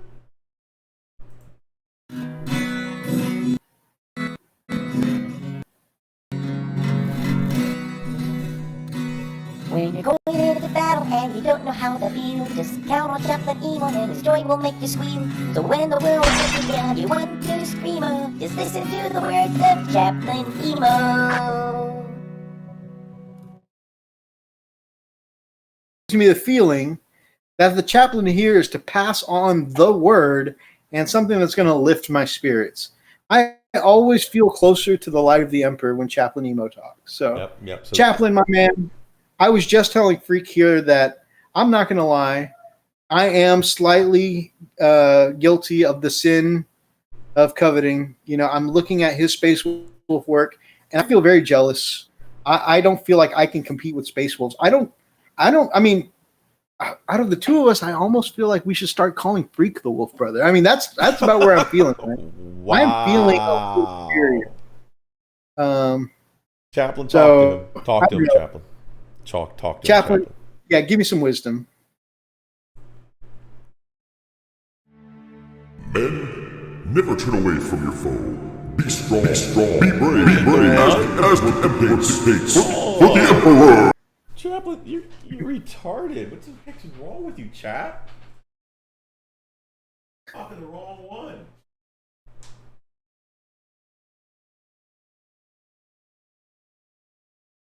Chaplain, you've used that speech before. I don't feel enlightened. Do you have a Rolodex of motivational speeches, Chaplain? All right. The Rolodex of motivation. All right, there you go. Young Wolf Brother, I understand that you feel inferior compared to the cavalry that Freak has done. But I would encourage you to still see the value of your work. You could incinerate them.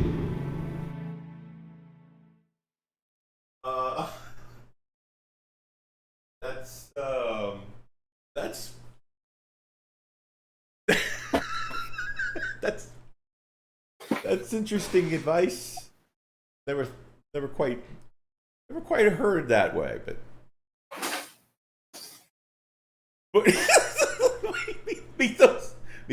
Mythos,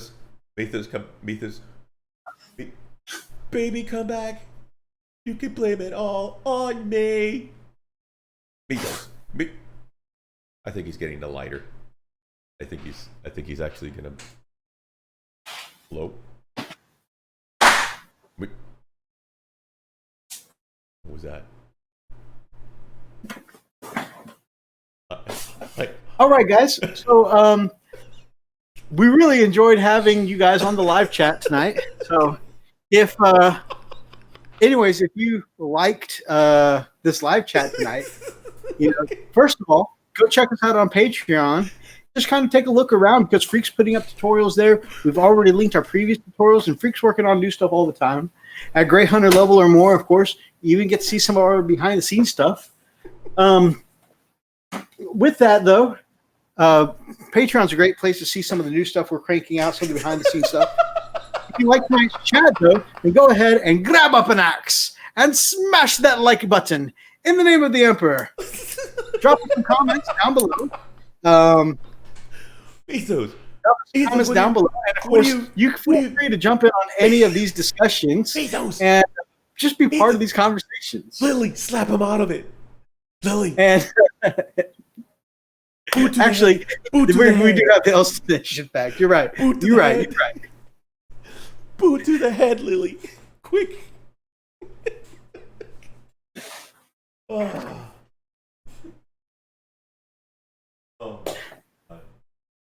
Well, All right. Elstonation. so we have Elstonation. Yes, we do. And here we go. All right. The ability to control fire with your mind is called pyrokinesis. Right, Mythos? Yep. The ability to control objects with your mind is called telekinesis. But the ability to control highlights and shadows with your mind is called being Elstonation. There you go. 100% true Elstonation fun fact. Is that number 13 or was that number 14? That's number 14. I just didn't update it. I'm a moron. Oh, okay. Right on. So, yeah, that is Elstonation, 100% true Elstonation fact number 14. Yep. Join us again next week when we find out what is Elstonation 100% true fact number 15. 15. Number 15. And, yeah. Guys, don't mind the smoke. Where are your I was going to say, where are your balls?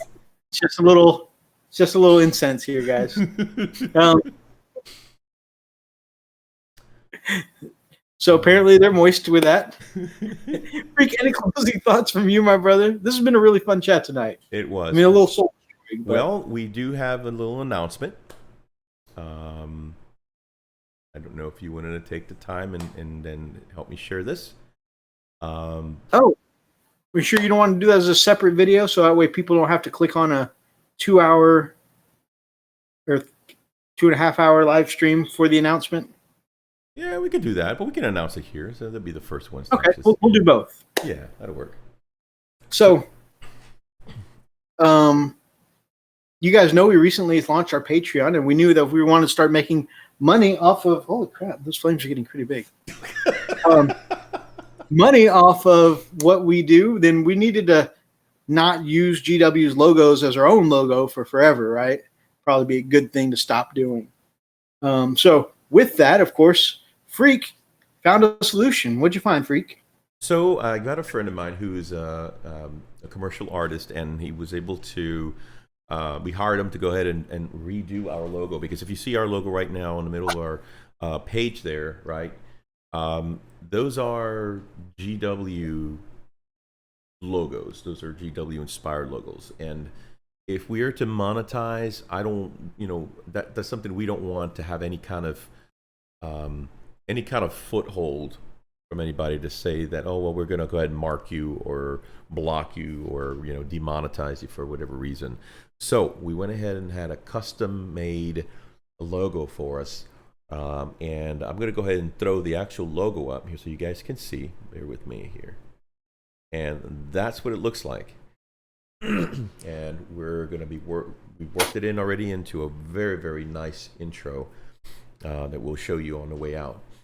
But yeah, I think it's really cool, but it embeds everything that we do, especially since Mythos plays his Space Wolves and AdMech. You can see the gear that kind of gives it that AdMech-y feel, and of course my Imperial Fists, right? So I think it turned out really nice. It's unique. It's us. It's it's something that is ours, and nobody can strike us. There's no YouTube strike for it. So I'm really excited about this. This is us. This is who we are. And moving forward, our videos are gonna be tagged with this. So pretty excited. Can't wait for you guys to check out the new intro too. I absolutely love the new logo. It's actually, Andy did an amazing job. Yep, he did. With that. And definitely, I mean, I don't foresee us ever needing a new logo, but man, if we ever need another design, man, we'll definitely have to hit Andy up again. Absolutely. He's great for that too. Some people in the chat say the new icon needs to be a wolf on a bike or wolf in the sidecar of an Imperial Fist sidecar. Overall, they say that it's nice, good looking logo. I'm a fan. Zane says, where's the tongue? Mythos brings the licks. It needs to be represented. I didn't actually do any painting tonight. Not at all. Yeah, I noticed. Bernie Bear says, cool, nice look. And Zane says, I'm happy with it. So that's cool. Really glad you guys like it. Yep. So yeah, we're pretty stoked with it. So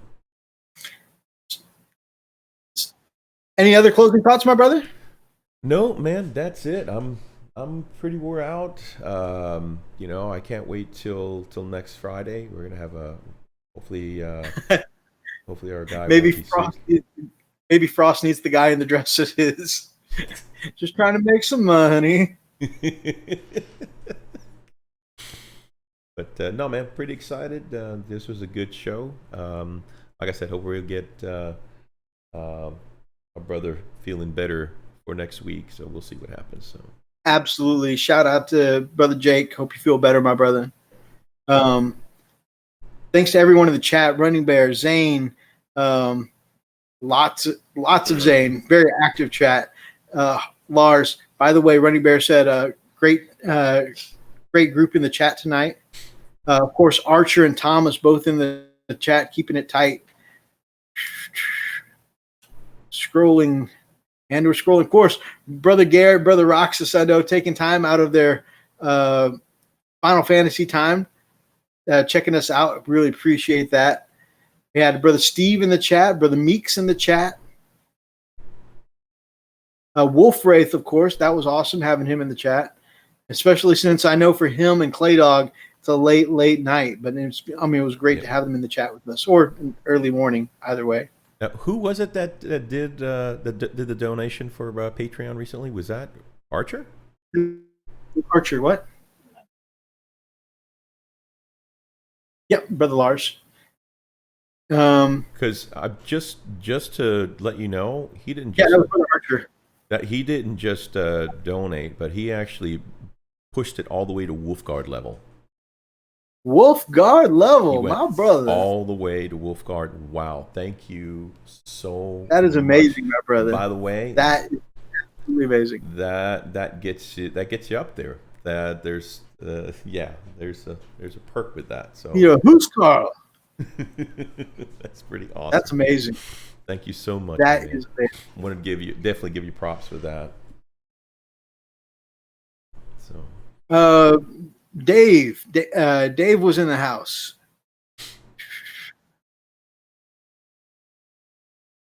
So yeah, lots of really cool people in the chat tonight. And then I'm not sure if I remember, but Wolf Wraith and Clay Dog I mentioned because it's a late time for them. So that's awesome.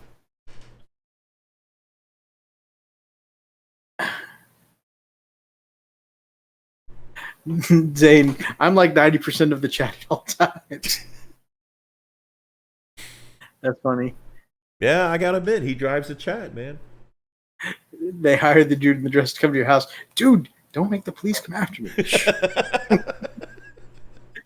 Again, I'm sure part of it was my tired overnight brain, but a little part of it was a little naivety. Like I'd never been approached before, so I was just like, "This is illegal. People are gonna find out. I'm gonna go to jail."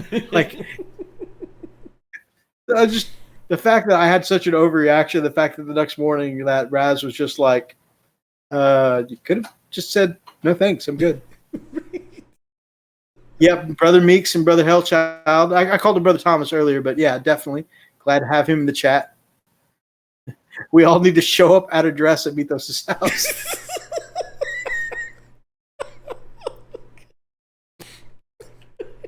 He'll go out the window. You did miss a story, my brother. You did miss a story. I'll have to fill you in another time, my brother. Thank all of you. Thank all of you so much for. Thank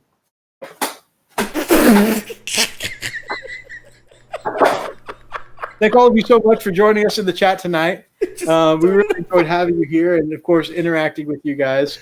And definitely, if you enjoyed tonight's show, pick up an axe and smash that like button in the name of the Emperor. Drop us comments down below, and feel free to be part of any of these crazy discussions. We've had a lot of them tonight.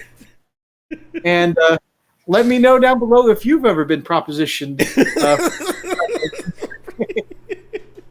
And again, if you guys are not subscribed to the channel, then we would love to have you as part of the pack here on the Frost and Fist. Until next time, guys. Stay frosty and check out the new intro, guys.